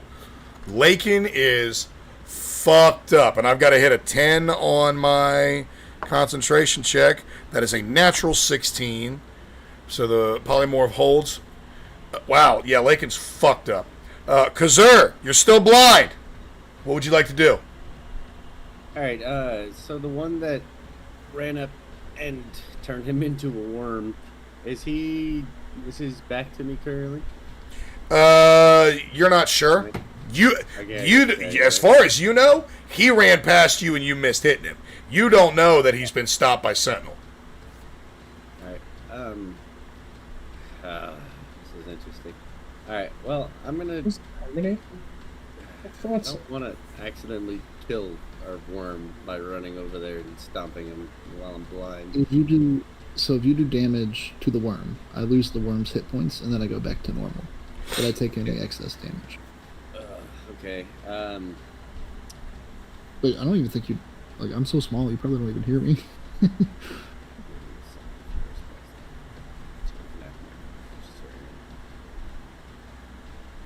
Surprise. Okay. Well, I am going to. I'm gonna recklessly attack again. So, what do I need to roll to make sure I'm running his way? Go ahead and give me a D20 roll again, 1 through 5. You don't know where he's at. 18. You know where he's at. He's right next to you. All right. And at this point, now that I'm going towards him, is he facing me or is he facing the other direction? I'll say he's facing you. You're not necessarily flanking.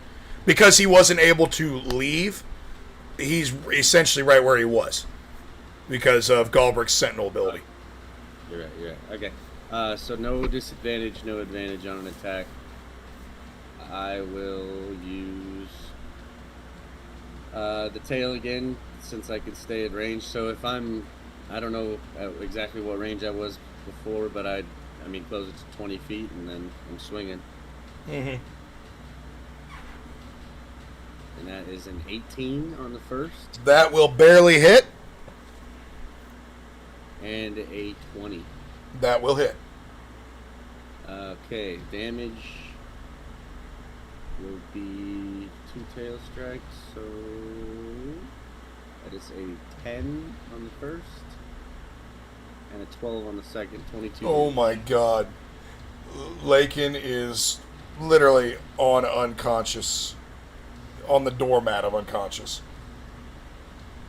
Just pass out already, dude. Just fail those concentration. It's a 17 on the concentration check, so the polymorph still holds. Oh shit, on both of them. Fuck. That's a natural 1 on the second one. So Artemis will pop back out of his earthworm form, and Lakin is just going to look at this and just go, God fucking damn it. Okay. Shit. God. Ugh. And now Reedus will be up. And he'll land back in, ready to rock and fucking roll, and say, "Okay, I've about had enough of this bullshit. You want my fucking money? You're gonna earn it." And he's going to whip his hammer around his head with both hands and slam it into the ground, and a massive thunder wave at 5th level will fly out from his hammer. So I need everybody to make a Constitution 16 saving throw. What's the range on that? That's to determine being hit or not by it?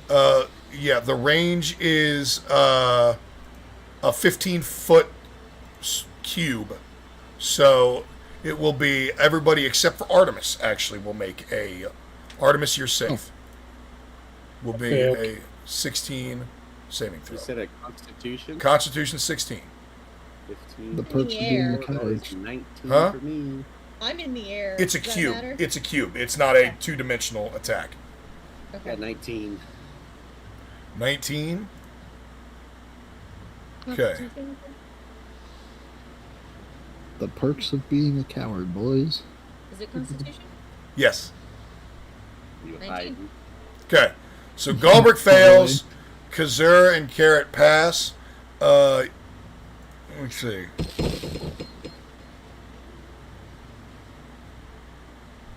Okay, it's D8s.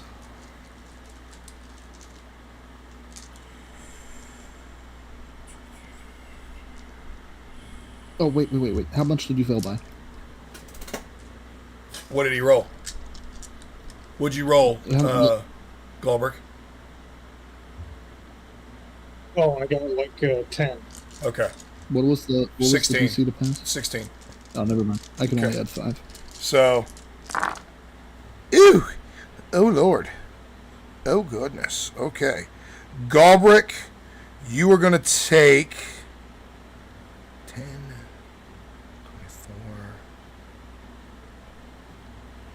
24. You're going to take 33 points of damage. Good lord. And you are going to be pushed 10 feet back and knocked prone. How much was it? 33? Yes. Jesus. Kazura and Carrot, you're both going to take 17. And you will not be knocked back or prone. But what you'll also notice is that because of the floor of this arena, each of you are sprayed with sand in your face. So I need a dexterity saving throw from everyone. I'm already blind. Well, you're already blinded, so actually you automatically fail. So Galbraith and Carrot, I need a dexterity saving throw from, please. 16. 22. Okay, you both are fine. You guys are able to shield your eyes and avoid going blind in this attack. All right. And Redis will see Artemis as the spellcaster and begin making his way towards him. I have one more question. Yeah. I've never moved my Force Ballista from where I dropped it at first. Would it have been in range of that thunder wave? I don't think so. I think it would have been just out because you really haven't moved anywhere. You've been pushing things away from you. Okay. So, Redis will begin closing the distance, and actually he will have enough movement speed to get within melee of Artemis. And we will go back to the top of the initiative order. Artemis, you're up. Okay. Let's see. I don't like being within his range. So instead of wait no. I'm trying to figure out.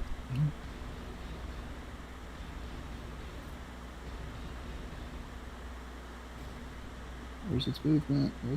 Okay, hold on. Alright, so part of the bonus action I can move to, or that I can attack with it, I can move it. So I'm going to move it in such a way that it's like, how is he between me and my ballista right now? I'm saying he's in your face. The ballista is off to the side of you two in melee range. If it were pushed away from the ballista, would he be pushed away from me or into me, is what I'm asking. You could do it in a way where he's pushed away from you and from your ballista. Okay. I'm going He's to a move it sturdy around fellow, and- though, and that might be a difficult course of action. Okay, well first then I'm going to cast Fairy Fire. Okay. Can I get any of my friends caught in that? What's the? Give me the verbiage. 20 of foot. it. 20-foot cube. Everybody. Okay, I'm going to go for getting everybody in that again. Okay. And it's a dex save 16. Dex save 16. You don't have advantage on this one, Kazur. Yeah. No blind. I'm blind. It's a natural 18 for Redis. 12 plus 4. 17. And Lakin is a natural 17, so he will save. 16. I got an F 20. Okay. 17. So everybody saves. Tag on. Everybody saves. Okay. Well, that was a waste of a spell. In that case, yeah, I'm just going to shoot at him with the force cannon, try to force Redis away from me. Okay. Go ahead and roll. I am.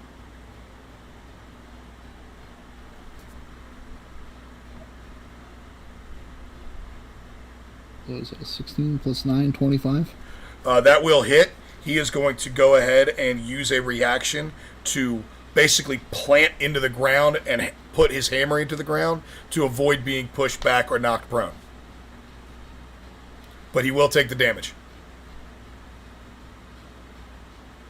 And because of this defensive posture, he will have disadvantage on attack rolls during his turn. That's 6 damage. 6 damage? Okay. Mm-hmm.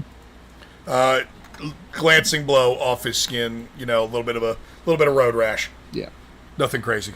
Yep, I can't do anything else. All right, we're going to go to Lakin's turn, and Lakin is surrounded by large-ish angry individuals, and it's going to say, fuck this, I'm out. And literally just draw a square into the air in front of him, step into it, and dimension door 100 feet away. No, sorry, 50 feet away, giving himself plenty of breathing room from everybody. And bonus action, he is going to Hunter's Mark. Let me see. Roll a d6. He's going to Hunter's Mark Carrot. 2. I mean, it's basically been a gangbang on the poor guy. He's just going to anybody that he sees. I just know. That's fair. And that'll end his turn. Actually, Hunter's Mark. That will. Let me see. Oh, it's extra d6 on attack. Okay. Carrot, you're up. Don't like that. Okay, so that means he's 50 feet away, or what's his face is where he basically was. Are you saying Reedus? Yep. Reedus is the one that's now in range of everybody. Lakin got his ass out of dodge. Okay. Yeah, he's a little farther away over by me, right? Reedus is. Yes. I'm gonna move my tentacle over to Reedus. Sounds weird. And hit him with it. Okay. Because it exists for a minute or until I decide it doesn't. Okay. 24. That'll hit.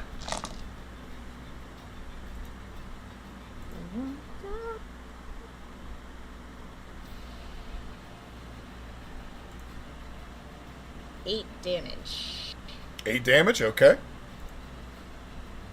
Cold damage, and his speed's reduced by 10. All right. Sounds good.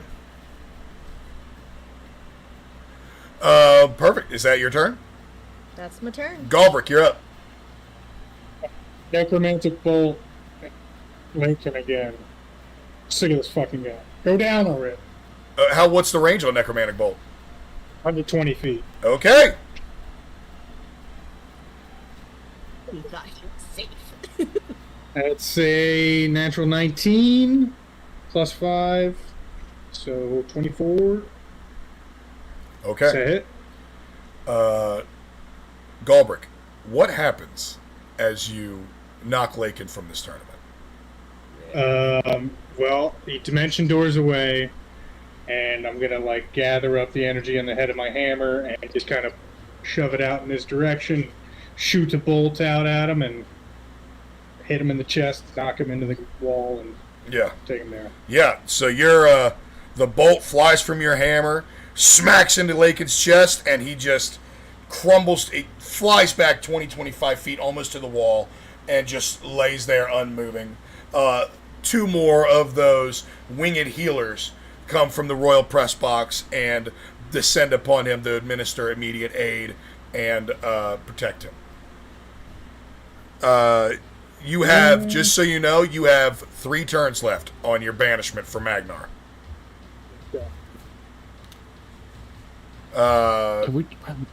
Next will be... I'm gonna take this guy down. Kazur. You have to take this guy and the other 4 out. Or 3 out. There's 4 others? Oh, well, yeah. Yeah, the rest of us. Yeah, you guys still got to take each other out. Right. Okay, so Lakin is out. Read it. Kazur, you're up. Question is, since Lakin is the one that blinded me, does that... You are no longer blind, yes. Yay! Alright. So, what was the other one's name? Sorry. The one Reedus. that's not the party member. Okay. How far away? How far can I go? Like, can I run? Like, and, you know, move around? As far as I know, like, what's your walking speed? Should be about 30 to 40 feet. Where does it say that? Up by your proficiency bonus and above your Oh, armor class. 40 feet. Yeah, you can get to anybody right now. Yeah, I got 40 feet, and then I also have the whatchamacallit. I have fast movement because I'm not wearing any heavy armor, so my speed's increased by 10 feet. That's already calculated in. Oh, is it? Okay, yeah. Cool. Awesome. Alright, cool. Well, I am gonna get within 20 feet. And I am going to swing away. Okay, go for it. I'm gonna... Are you reckless or are you normal? I'm not doing reckless. I'm doing normal. I was going to say, this is not the one to give advantage to. Reckless I was only doing because I was blind, so I didn't have disadvantage, you know? So yeah, I'm going to get within 20, and then I'm going to use Form of the Beast Tail. And 15 plus 7, so that's a 22. Okay, that'll hit. And actually, no, sorry. He's in a defensive posture. That will not hit. Okay, and then the second one is 16 plus 7. That will just barely hit. Jesus Christ. His defended armor class is 23. Alright, let's see. That's only one hit. Damn. That will be 11 damage. Okay. He will shrug off that attack, look at you with malice in his eyes, and say, "You're next, big man." All right, back to the... it'll be Reedus' turn. Reedus is going to turn, seeing Lakin taken care of and disposed of. He's going to turn to Artemis for the first of his 2 attacks.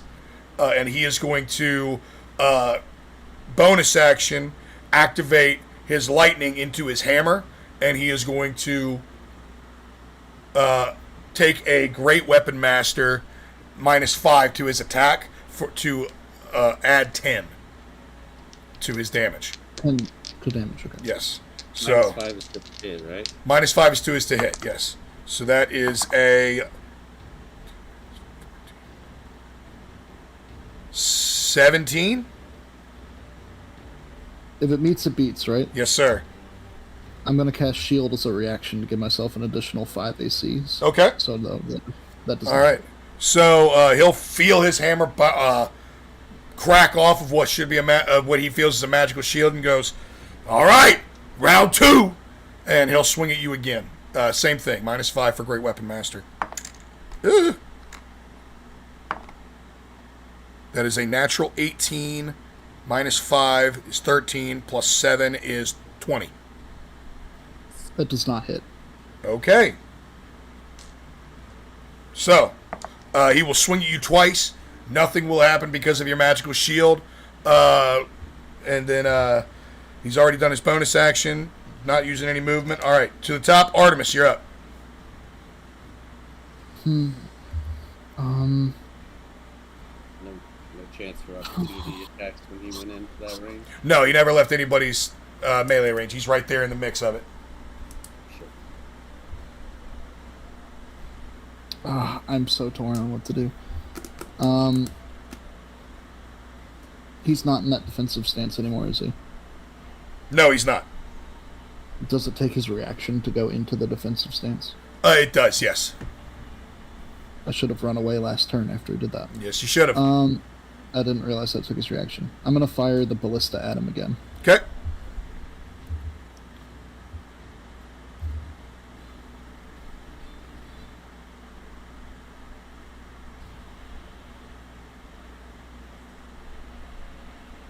That's terrible. 14. That will not hit. All right. I'm just gonna have to YOLO it. I'm gonna run Okay. 30 feet away. He is going to take a opportunity attack on you. Not Great Weapon Master.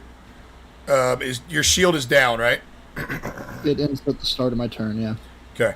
But I do have a reaction. I can use it again. I figured. I'm going to go ahead and do that. That is a 19. Oh man. How much could this possibly hurt? A lot.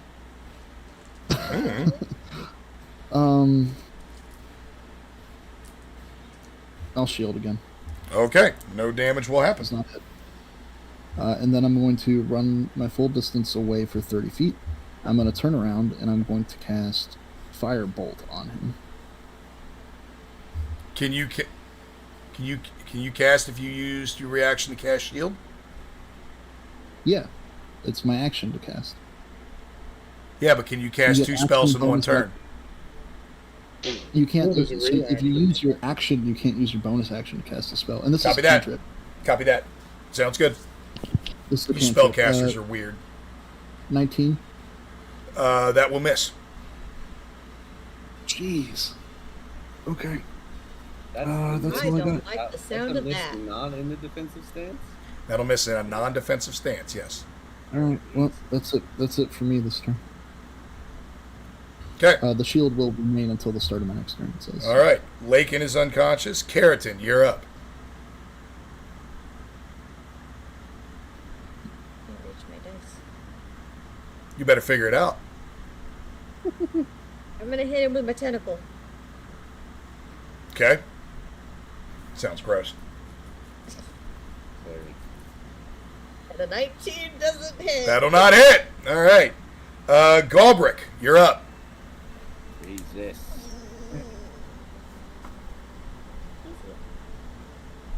You wearing metal? He's covered in it. Alright, I'm gonna try and heat metal. Okay. Same method I used before. I'm gonna hit some of the lightning scorch. Okay. Do I need to roll that Arcana check again? Yes.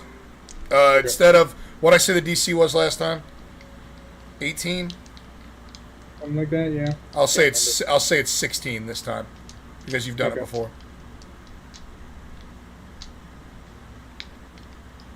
That is 13. Okay, so yeah, it will not work. Okay. Thanks for the follow, Whitman. That's your action. Bonus action, anything like that? Let's see.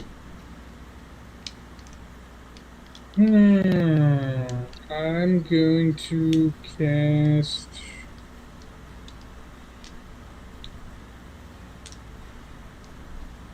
Spirit Crowd.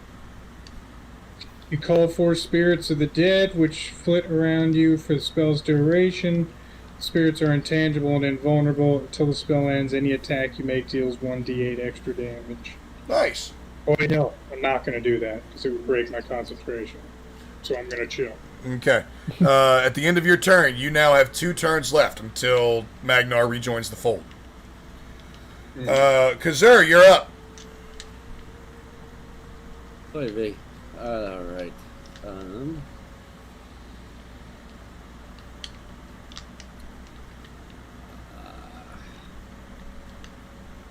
I'd like to try and stealthily get behind him. You're not going to be able to stealthily do it because you guys are in close proximity to each other. He's assessing all threats, so you won't be able to like hide or anything. There's nothing to hide behind out here. It's just flat sand. Alright then. Is there?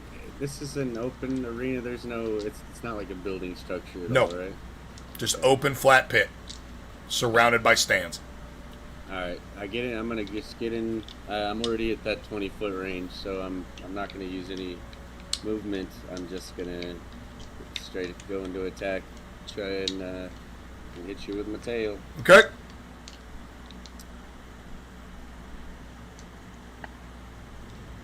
That is a 20. That will hit. That is the armor class in question you've been searching for. Second one doesn't hit because I hit 19. Okay. Damn it. Just the one hits, and it'll be 8 damage. Okay. And then as a bonus action, I'm gonna back up 20 feet. Okay. Yeah, he doesn't have an opportunity to attack because he used it on Artemis. You are more than free to do that. I'm also 20 feet away to begin with. Okay. Cool. So yeah, I'm about 40 feet out now. Okay. Sounds good. That'll be Lord Redis's turn. He will. Let me see. Artemis is there.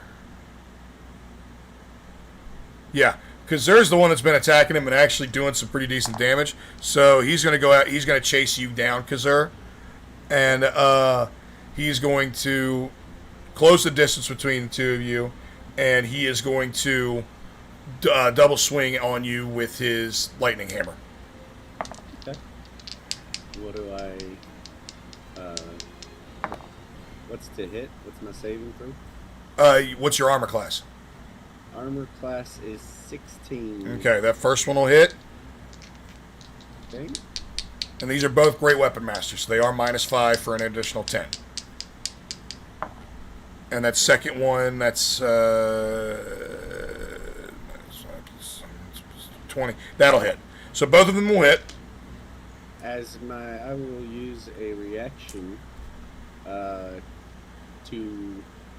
What did you say? One of them was a nat 20? No, it wasn't a nat 20. Both of them did hit. It was a dirty 20. Okay, so the first, I guess the first swing I'll use my reaction, and I will use Form of the Beast Tail as my reaction, and I can use my reaction to swipe my tail, and I roll a d8, and it applies a bonus to my AC equal to the number rolled. And that is a 7. So 16 plus 7. Okay, so neither hit will hit then. Okay, interesting. Fuck. All right. Yeah, both of those will bounce off. Moving on to Artemis. All right. Your boy's running low on spell slots. I'm gonna fire another fire bolt at him. Okay. It's a fire bolt. Oh, Dad, I think it would only block one attack. I don't think it blocks both. The other one was a 19 because I forgot to do the -5 at first on the number. The reaction only applies to one attack. I don't think it applies to both. I thought you said it raised your armor class.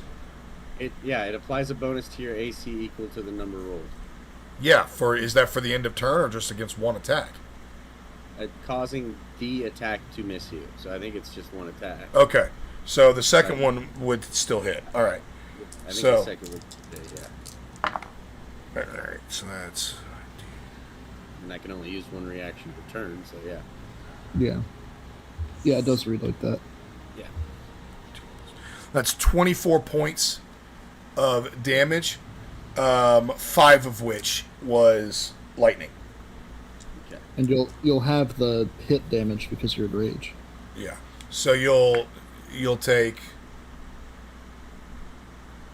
13 damage because you'll half the bludgeoning from the hammer. Okay. Yikes. Alright. So, yeah, now we're on to Artemis. I rolled a 26 to hit on the firebolt. That will hit. Okay. So firebolt is a 2d10, but I also add a 1d8 because I shot with my arcane Cannon. firearm. Okay. Yeah. Did you shoot with your cannon or with your staff? With my staff. So Have shooting you- with my staff gives Have me an you additional have D8. you actually made it your arcane firearm yet? I thought Yeah, it's been my arcane firearm the whole time. Okay, I thought that was another like action economy thing you had to do in combat, but No. I'm also not an It's- not an artificer. It's just an infusion. It makes Aficionado. it just makes my arcane focus do this by default. Oh, okay, got you. So it's 14 damage. Okay, 14 damage. You're whittling away at him. And then I'll roll to hit with the Force Ballista. Got it. All right. Cool. Was that you? Yeah, when this if this hits, this will be me. I rolled a nat 1, it doesn't hit. Okay, gotcha. Moving on to Galbraith.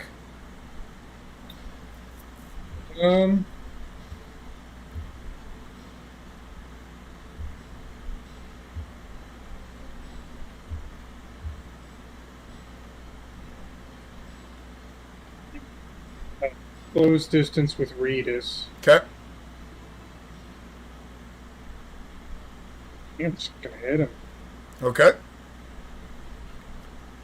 Yeah, I'll just swing my hammer at him. It's 26 to hit. That'll hit.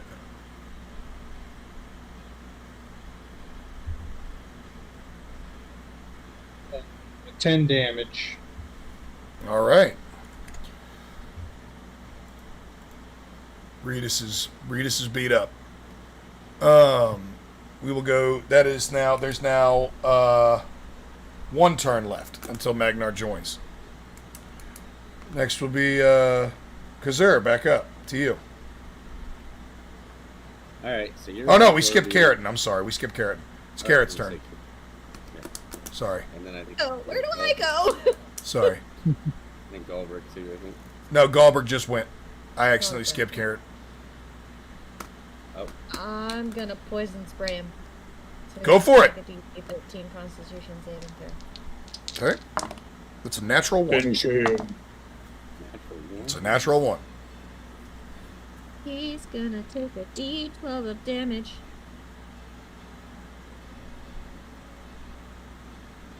It's 12. Fatality. How would you like to finish off the Monarch of the arena? Yes! Let's go, dude. So I'm just gonna stick my palm out and be like, stop, you're done! And the poison spray is just gonna.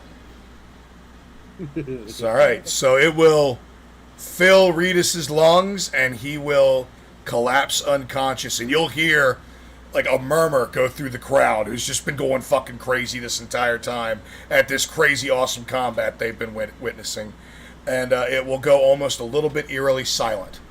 And you'll see his wife and two other children up in the box just shocked and a little concerned as the winged healers fly down and administer aid to the Monarch. He'll be fine. And we come to the... And Go ahead, then- finish your turn. With that, I'm gonna turn to the 3 others in the party that are remaining and be like, okay, what do we do now? We got one more. And with that question to the group, we are going to open our next episode with the final 4-way to round out the single melee tournament. Whoa. Yes. I didn't Poor think Max. it was a perfect ending, but Poor I Max. guess I did. Poor Max. So, Poor Max. with that being said, thank you to everyone for being here. That was a hell of an episode. That was a lot of combat. That's the longest. That was so good. That's one of the longest episodes we've ever done. That's so It was good. so good. That is the most useful I've ever felt in a combat. That was a. I hope you guys had as much fun as I did, and I hope it ran as smoothly as I was hoping that it would. I had a fucking blast. That was so much fucking fun. One session. So until then, to everybody who's been here, I think we got up to 10 viewers at one point. But Yeah. thank you all for being here. It's 1:00 in the morning where I'm at, and I know that it's different hours of the day where everyone else is at. So we're all going to go to bed, and we're going to say goodnight, and we'll see you next time. Thanks for being here, and yeah, we will not make you wait 6 weeks before we play again. Try. Hopefully. Adios. See ya.